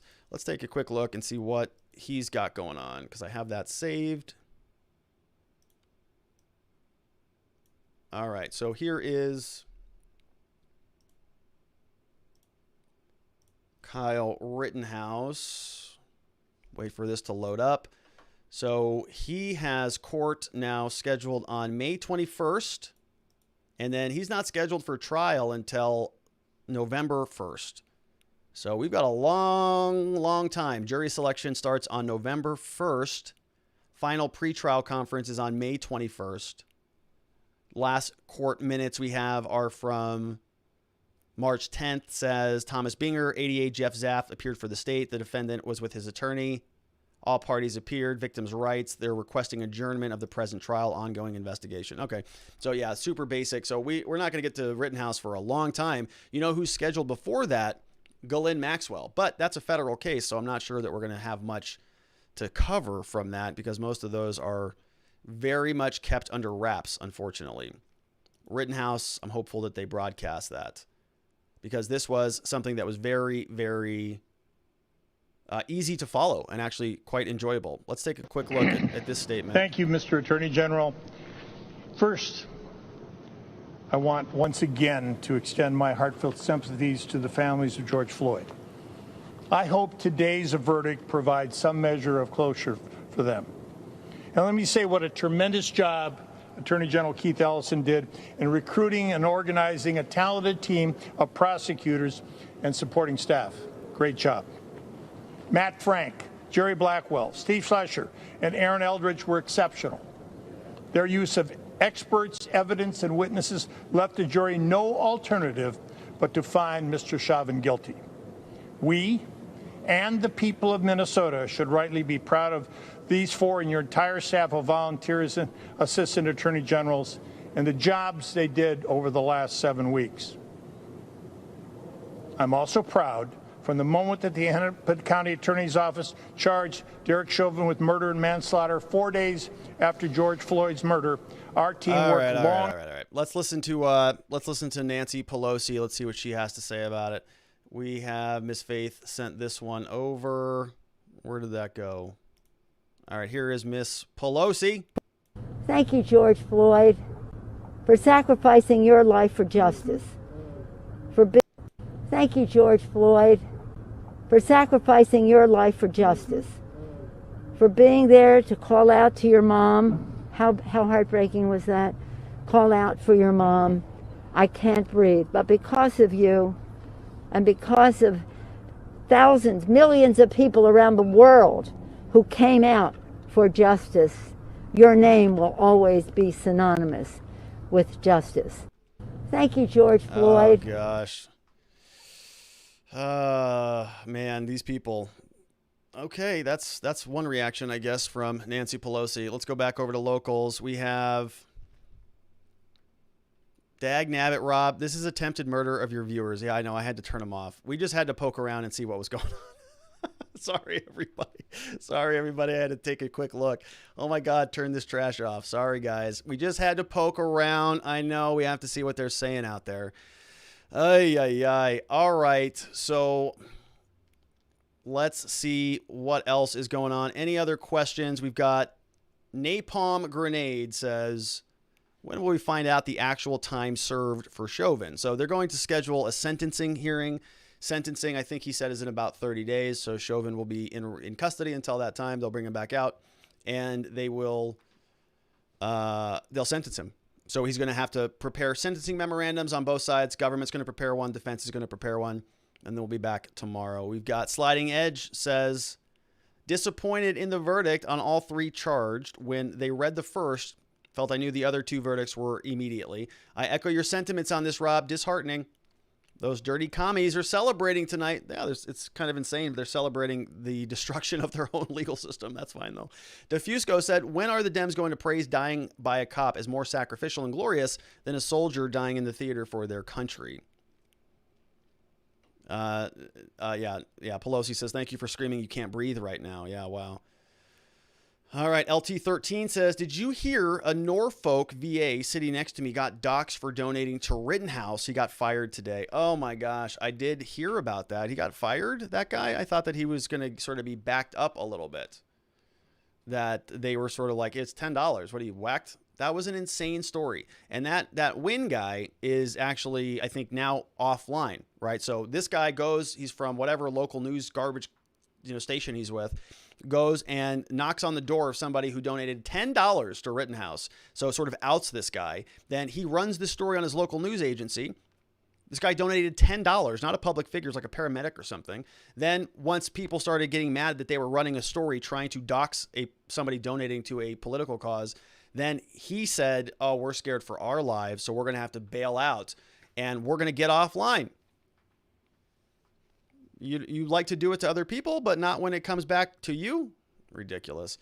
We have Sandy Paw. So we got Texas Island Girl says, Rob, I may have missed it, trying to follow as closely as possible, but did the jury have any questions of the court? Not that I saw, not a single one. Clarification, guidance regarding the cause, other officers being tried in the city as well. May have missed it, trying to follow. No, I didn't see any of that, right? I didn't see a single jury question. They just finished yesterday. There was no time for questions. Kind of crazy how quickly this went. Ma Fox says, like, what? The actual? Well, Ma, this is what I'm talking about, my friend. This is it, right? The beyond a reasonable doubt standard is just an idea in this country. It's just sort of it's just an idea. It's just like Antifa, just like Joe Biden. Doesn't really exist in practice. If it's like more likely than not, if you throw a bunch of stuff out there and it kind of feels like you killed him, all right, that's it. That's all you need.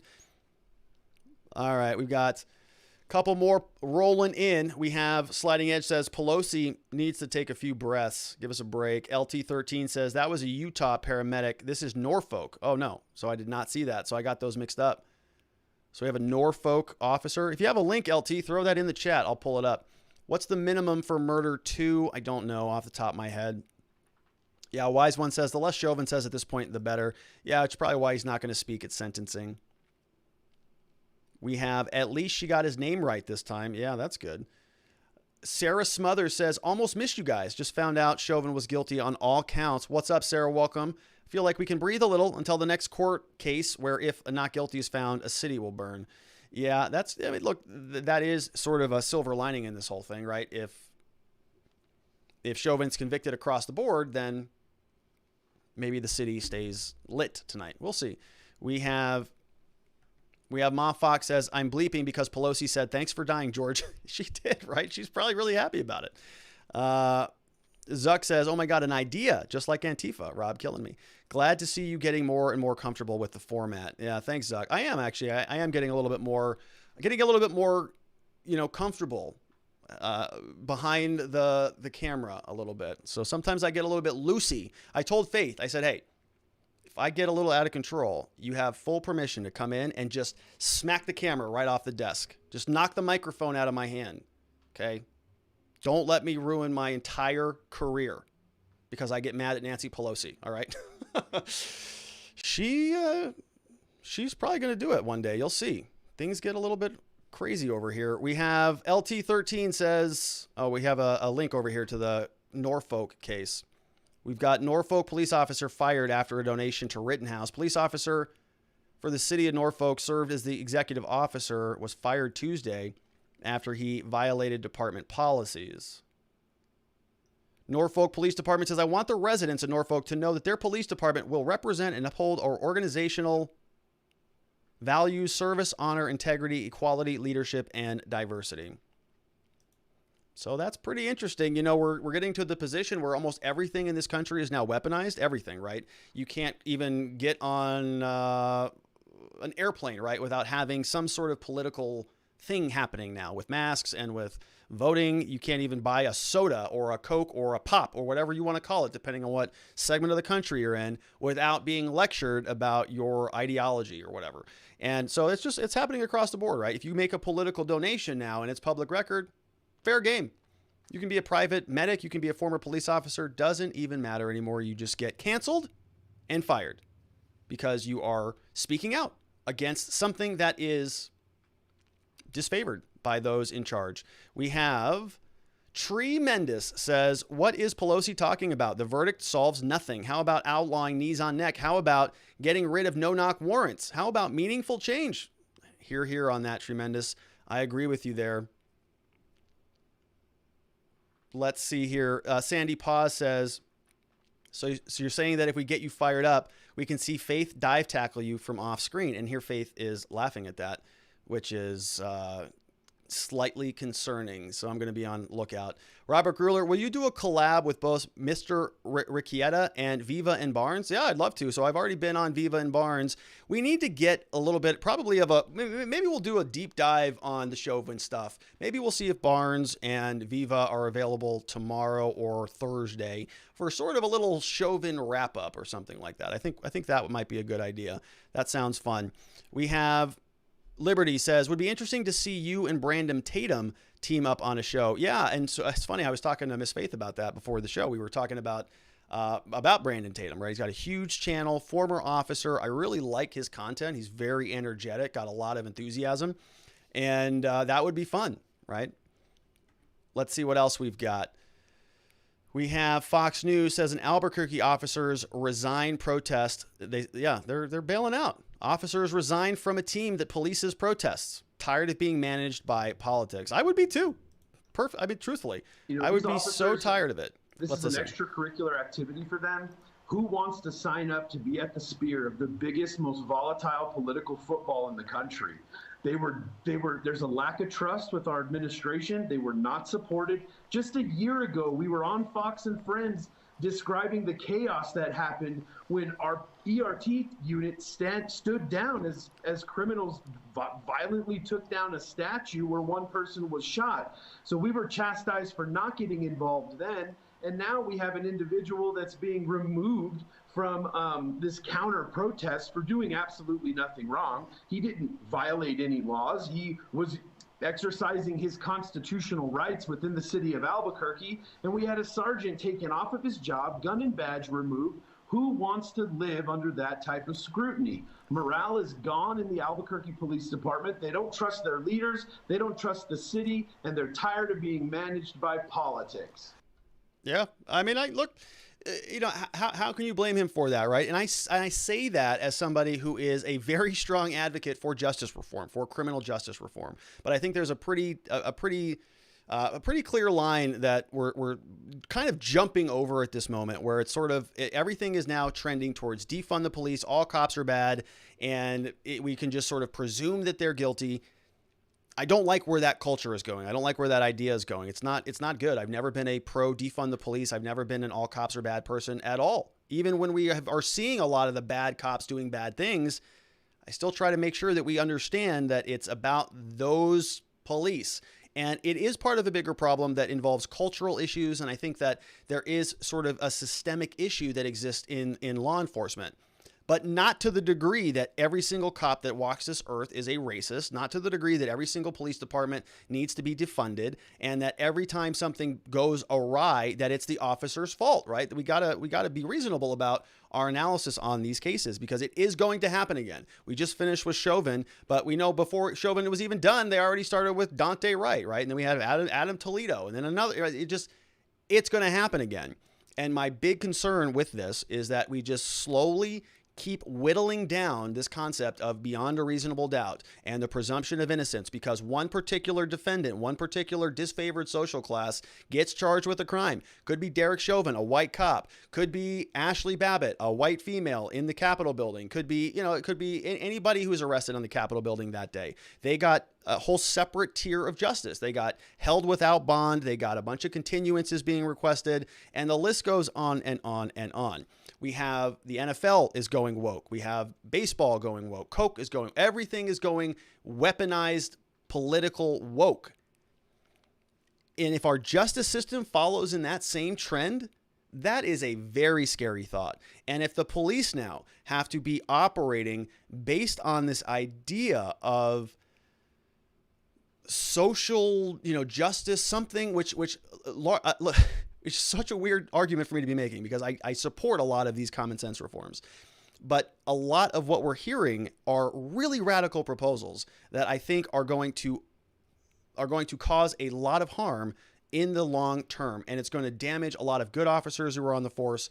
And it just bothers me that many people are celebrating what feels to me to be this slow whittling away of that standard, and it's going to hurt their communities. It's not a bunch of white cops often on trial. We happen to be going through this little wave right now. We're going to get through these 4, but then it's back to the ordinary, regular defendants, and they're going to get screwed more than the cops will. So I hope they enjoy this little bit of victory, because it's going to be something that the consequences are going to continue and spiral out of control. And when the pendulum starts swinging one direction, it's going to swing the other direction. And so at some point, maybe we have a resurgence now of what happened back in the 1980s and 90s under Joe Biden, where we have this big urge, this big rush for, more enforcement and more government oversight, more power and acquiescence of the people to the government based on them claiming that they're going to solve all these problems for us that they themselves are creating by mismanaging our justice system. All right, what else is going on? Getting a little bit ranty now, so we're going to take a couple more questions, and then we're going to wrap it up for the day. We've got Chris John, who joined us, says, way too many contributing factors. The funding was entirely to do with the mob presence and the biased media. The jurors just wanted out, let's be honest. I think that there's probably a lot of truth to that, right? Trial fatigue is a real thing. If you're sitting in court for 3 weeks, 4 weeks, you just want to go home. Enough already, right? If you're a 50-50 person, I could take it or leave it. I think both sides were compelling. What do you guys think? Guilty? There you go, right? I'm happy with that. You might have had that take place today. We're going to find out more about it as more information leaks out, if it does. We have Gregory Nicholas says, don't you think we need a "Are you racist?" decision tree sentencing PowerPoint template? I like that idea, but I just think it would be very easy, right? It's like, are you a white person? Yes, then you're a racist. Okay, there you go, right? That's it. I don't know how more complicated it needs to be. It's kind of just that happens to be the thing. You're just a racist. You're kind of born racist. You know, when I got called a racist and a neo-Nazi and a white supremacist and all of those things, it was something that really stung me. Like, and I mean that because I was sort of brought up to think that that was one of the worst labels that you could be called because it was one of the worst things that you could be, right? You never wanted to be that. My mom was very, very aggressive with that when I was a boy. I don't know why. Maybe I was a racist little boy or something like that. But I just always remember this. As a kid, my mom never judged people. Everybody's equal. Always treat people like they're the same as you, right? That like we're all equal. And we grew up in a very poor neighborhood. We grew up in a very sort of ghetto area. It was not good. We were right around the corner from crack houses and all sorts of stuff. It was a tight upbringing there for a little bit until my mom got her feet up and under her. But you know, it was a big thing when I was called a racist. And then suddenly something happened. And now everything that I do and say and think and any opinion I express happens to be racist. And now everybody that I also listen to and everything that I buy and purchase, everything is sort of this product of racism and this expansive, exponentially growing racist, neo-Nazi patriarchal state that we're all living in. And once everything is racist and once everybody's a Nazi and once everybody is a white supremacist, well, it's like, all right, well, I guess whatever. It really doesn't even ruffle my feathers anymore. So it's just like, I was talking to a friend of mine about this and saying, hey, this is kind of a weird thing. And she said to me, yeah, but you're white. So you're racist, right? You just it's just like kind of a fact right now. And there are people who think that, and you can go, and this is not just me being hyperbolic. There are books out, right? There are people, Robin DiAngelo and others, that this is their thesis, that they're essentially saying that if you are of somebody in this particular class, this demographic, you can't help it. You have these things, you have these white privilege, you have all of this that makes you even unable to see your own inherent racism. And so it's just like we're living in this bizarro world. So, yeah, I mean, the PowerPoint slide, I like the idea. You know how much I love PowerPoints there, Chris, but I think it'd be pretty short. Funny concept, though.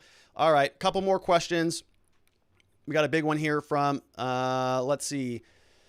Napalm Grenade says, I suppose it's up in the air. On the other side, reasonable doubt is also what will save our system.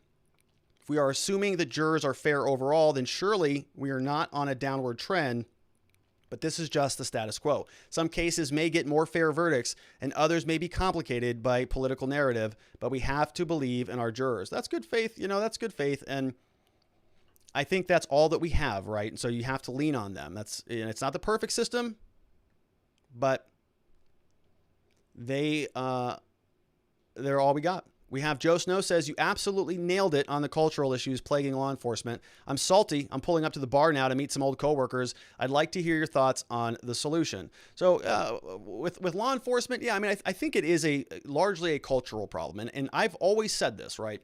I don't necessarily have all of the solutions. I'm not somebody who used to work in law enforcement. I am a defense lawyer. I know one side of the equation extremely well. I think I know the other side pretty well because I work with them. I work against them very regularly, built a whole law firm, been doing it for years. And so I know a lot about how they operate and some of the things they do. And really, most of the problems, right? I know where the problems are because that's what I'm looking for. It's like a magnifying glass. I'm just trying to find them. Where did they screw this up? So anytime there is something like that, that is the linchpin for us. That's where we focus all of our efforts. So that's I understand that, right? I understand that I might have tunnel vision to some degree. And so I think that there is a lot of reasonable positions from police, from law enforcement, right? They come out here and say, no, Rob, look, this is why you can't do that. This is why we need qualified immunity. This is why all X, Y, and Z, right? And I've had a lot of those conversations. Some of them I've recorded and put on this channel.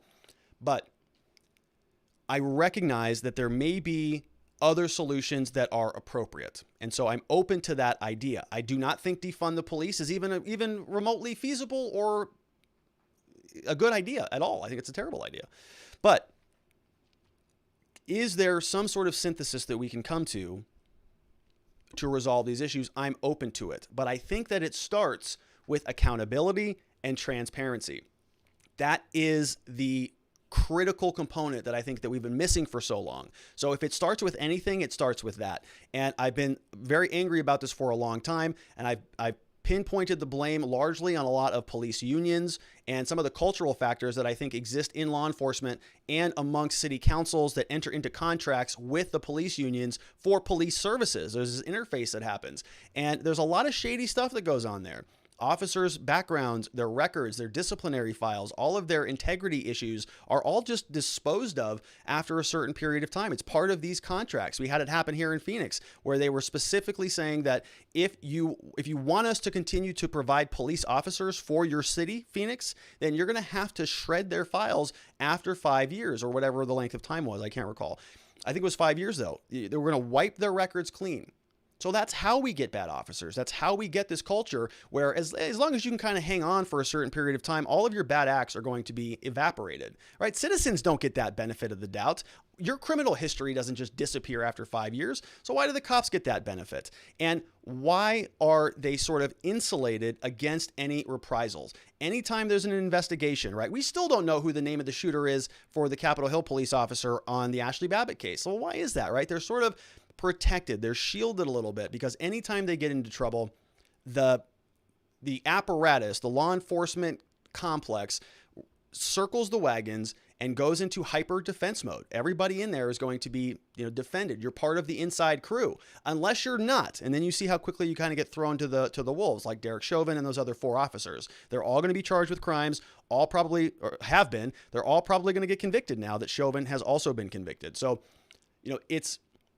it's a complicated dynamic. There's no question about it. I don't have all the answers on all the solutions, but I think we can't even begin to discuss solutions unless we have accountability, unless we have transparency. We have to be able to see inside before we can start talking about real solutions that are going to work. Ma Fox says, if you have a show with Tatum, I strongly recommend talking about your differences on Arbery and Breonna Taylor and Daniel Prude. Yeah, I think he's very conservative, right?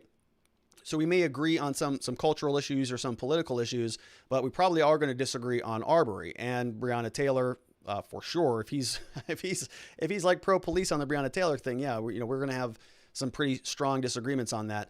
I would like to see if we can connect, but I know he's very prolific. He's always out there doing collabs and stuff. I know Brandon Tatum, and he was one of the collabs I was trying to get you connected with. So E. Dantes, yeah, maybe if we could facilitate a connection, then I'd love to have him on this channel or go on his, no question. We have WV Duck says, everything is racist now, no matter what color your skin is. I'm over it. That's a good point. That's actually a great point. We saw this, right? You can actually be a racist racial minority. Let's take a look. It's called multiracial whiteness. This is something that is just great.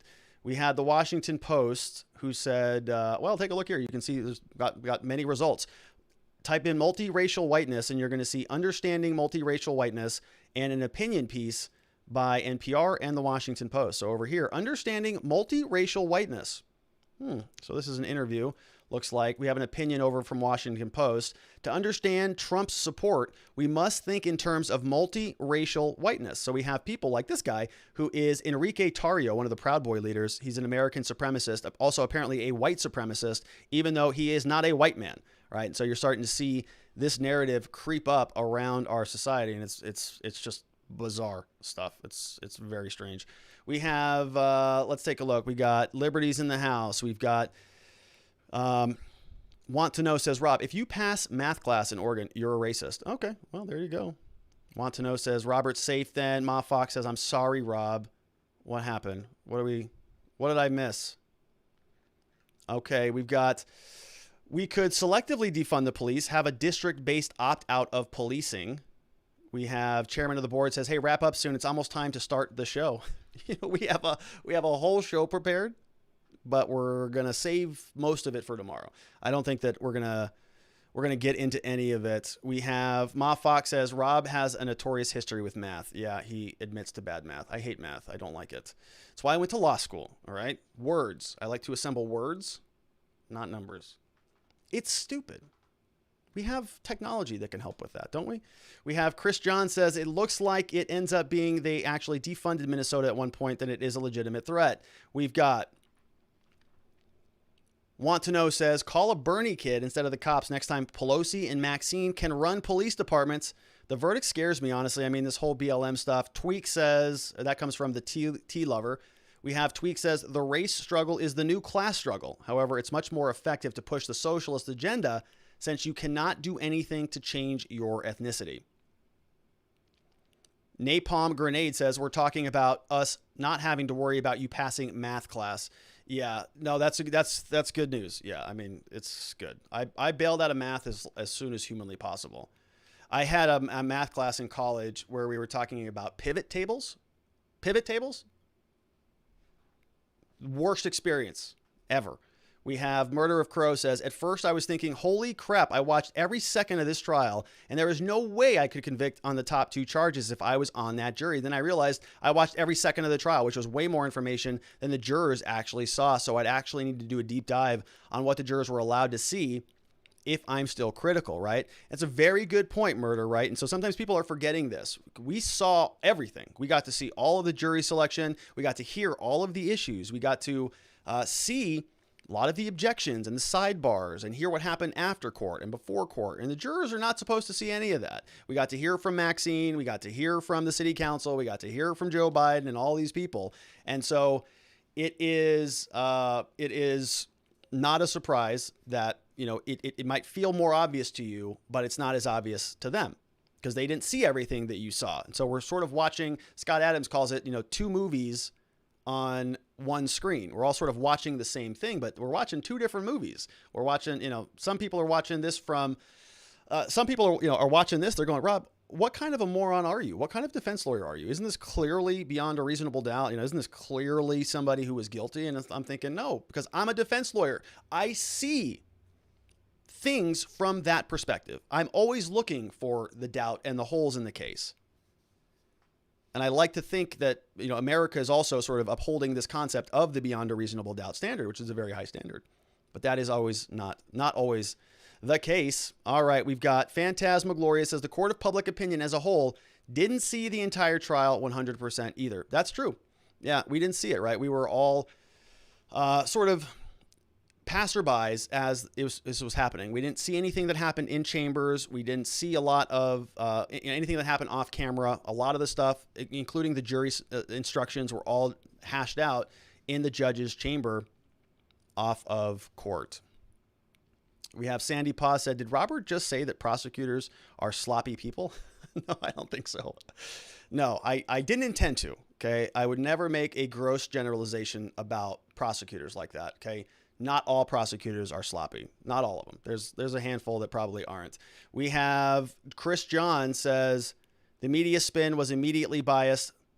Soul Under Siege says score one for the emotionally based thinkers and the willfully ignorant in this country. Ma Fox says hashtag not all prosecutors.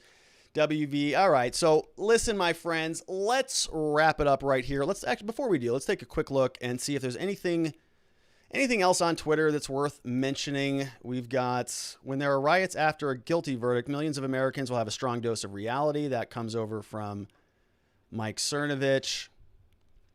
Twitter, no real news, kind of just reaction. Oh, here's the Floyd family. So Floyd Square. This is reaction. reaction from the families. George Floyd's family, with their legal team, Ben Crump, we know, leading that team. All right, so they're happy, they're celebrating. We got people cheering, people very excited about this. Kind of a sad statement, because a lot of a lot of this is going to come back and I think bite a bunch of people in the butts, because this is the justice system that we all have to live in. So they are of course entitled to their celebration. I just think it's this wasn't a sport game. This wasn't an event. This wasn't like a Super Bowl game where everybody should be watching and picking sides. I don't think that the country won anything here. I don't think that criminal justice reform got a big victory today. Okay, there's going to be a lot of politicians like Pelosi and others out there saying, oh, this is a great victory, a great win. That's nice. Are they going to change anything? Or are use of force engagements going to change? Or is qualified immunity going to change? Are any of the contracts or relationships with any of the city councils and the police unions going to change? Or is it just going to be more of the same until the next cop kills the next black guy? It's probably going to be that. So they can have a lot of fun, but nobody wins in this situation. Faith in the justice system is undermined. Now we have probably half the country thinks that this is a bum verdict. Not too good.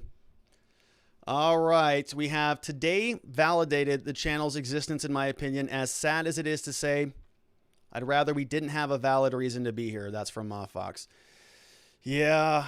Well, thank you for that, Ma. That's actually a very nice compliment. It's one of these things where it's maybe not the popular opinion, but I think it is the legitimate opinion. And I think that there's a lot of people out there who are commenting and sort of spiking the football one way or the other and making, cultural arguments and, this is the end of America or whatever. I don't know that I'd go that far, but it is troubling. It is concerning when you see what should be something that is kind of a sacred process, right? This is somebody who we're sending to prison. Somebody died here. This is a big thing. This is a big deal. And it's kind of turned into this political spectacle, which is not good for the justice system. It undermines its legitimacy. It undermines its credibility. And we all have to live with it after Chauvin is done. Okay, Chauvin's, this case is done. We all have to live with the law and how the system works. And if there's less faith in it and we are creating a precedent for political prosecutions in this country, that actually does scare the hell out of me. If we can have a prosecutor who it gets overly aggressive and not only charges cases and presents cases with the weight of the government behind them, the behemoth of the government, of the bureaucracy, and all of the literally indefatigable. They are bursting at the seams with resources. They are bringing the weight of the government against one particular defendant, and they're not even creating an environment in which that person really gets a fair trial, right? I mean, you could say that it was about as close as we could get under the circumstances, but a lot of problems here. And the judge himself confirmed that they may be brought up on appeal. And that, to me, is just sort of a second tragedy. Losing Floyd was a tragedy. What the entire country had to go through as a result of that is tragic. And when we start to celebrate, I think, the political prosecution of anybody in this country, that is cause for concern. All right, my friends. So we're going to wrap it up there. I want to thank everybody. Not the usual show. We're going to be back on our normal routine tomorrow. You may have noticed that there's some other things that we didn't get to today. We did not talk about Project Veritas. We will talk about that tomorrow if there's not anything else sort of bigger to talk about, because that story's getting a little bit old. We're also going to sort of start transitioning into other cases. We have Ahmaud Arbery that we got to get back into. We've got Ghislaine Maxwell, a lot of activity on her case. Kyle Rittenhouse is coming up in November, so we've got a little bit of leeway there. So we've got other news stories and other things that we want to get to. The Supreme Court issued a bunch of orders and some rulings today that are a little bit scattered. We want to make sense of those. So we'll be back tomorrow for our regular programming. We're basically done with the Chauvin case. I mean, there's nothing else to really talk about until we get back to sentencing. And even that is going to be pretty quick. So I want to thank you all for being here. I apologize for some of the audio issues. I was in my office doing work, and then I got the notification, Chauvin. all right, so I was like skidding in here to try to be with you, and I sort of botched it. So now I know, I learned, got that repetition out of the way. So the next time we do one of these sort of live stream reactions, we'll be a little bit more on our game. But I thank you for bearing with me. And it was an interesting journey, wasn't it? We spent 20-something days together in depth going through this thing, witness by witness, and we learned a lot. I know I did. I hope you did. I hope that you found it to be enjoyable as much as I did, because I had a lot of fun communicating with all of you and sharing ideas. I mean, I thought about this case in new ways. I had an experience with this case that I would not have been able to have but for, to use a legal term, your involvement, your support, and your contributions to the show. You help make the show, literally. And so thank you for helping us do that. And if you want to do that, you can head on over to watchingthewatchers.locals.com. Of course, we took the chat from there exclusively today. We're going to be back here tomorrow doing the very same thing. It's going to be back at the same time, same format. We're going to have our slides. We'll be back in gear at 4 p.m. Arizona time, which is the same as Pacific time. We got 5 p.m. Mountain, 6 p.m. Central, 7 p.m. on the East Coast. Everybody, thank you so much for being here. Enjoy the rest of your evening. Relax. Get some good sleep tonight, because we're going to be back tomorrow with more criminal justice news, whatever that may be. I will see you then. Have a great night. Bye-bye.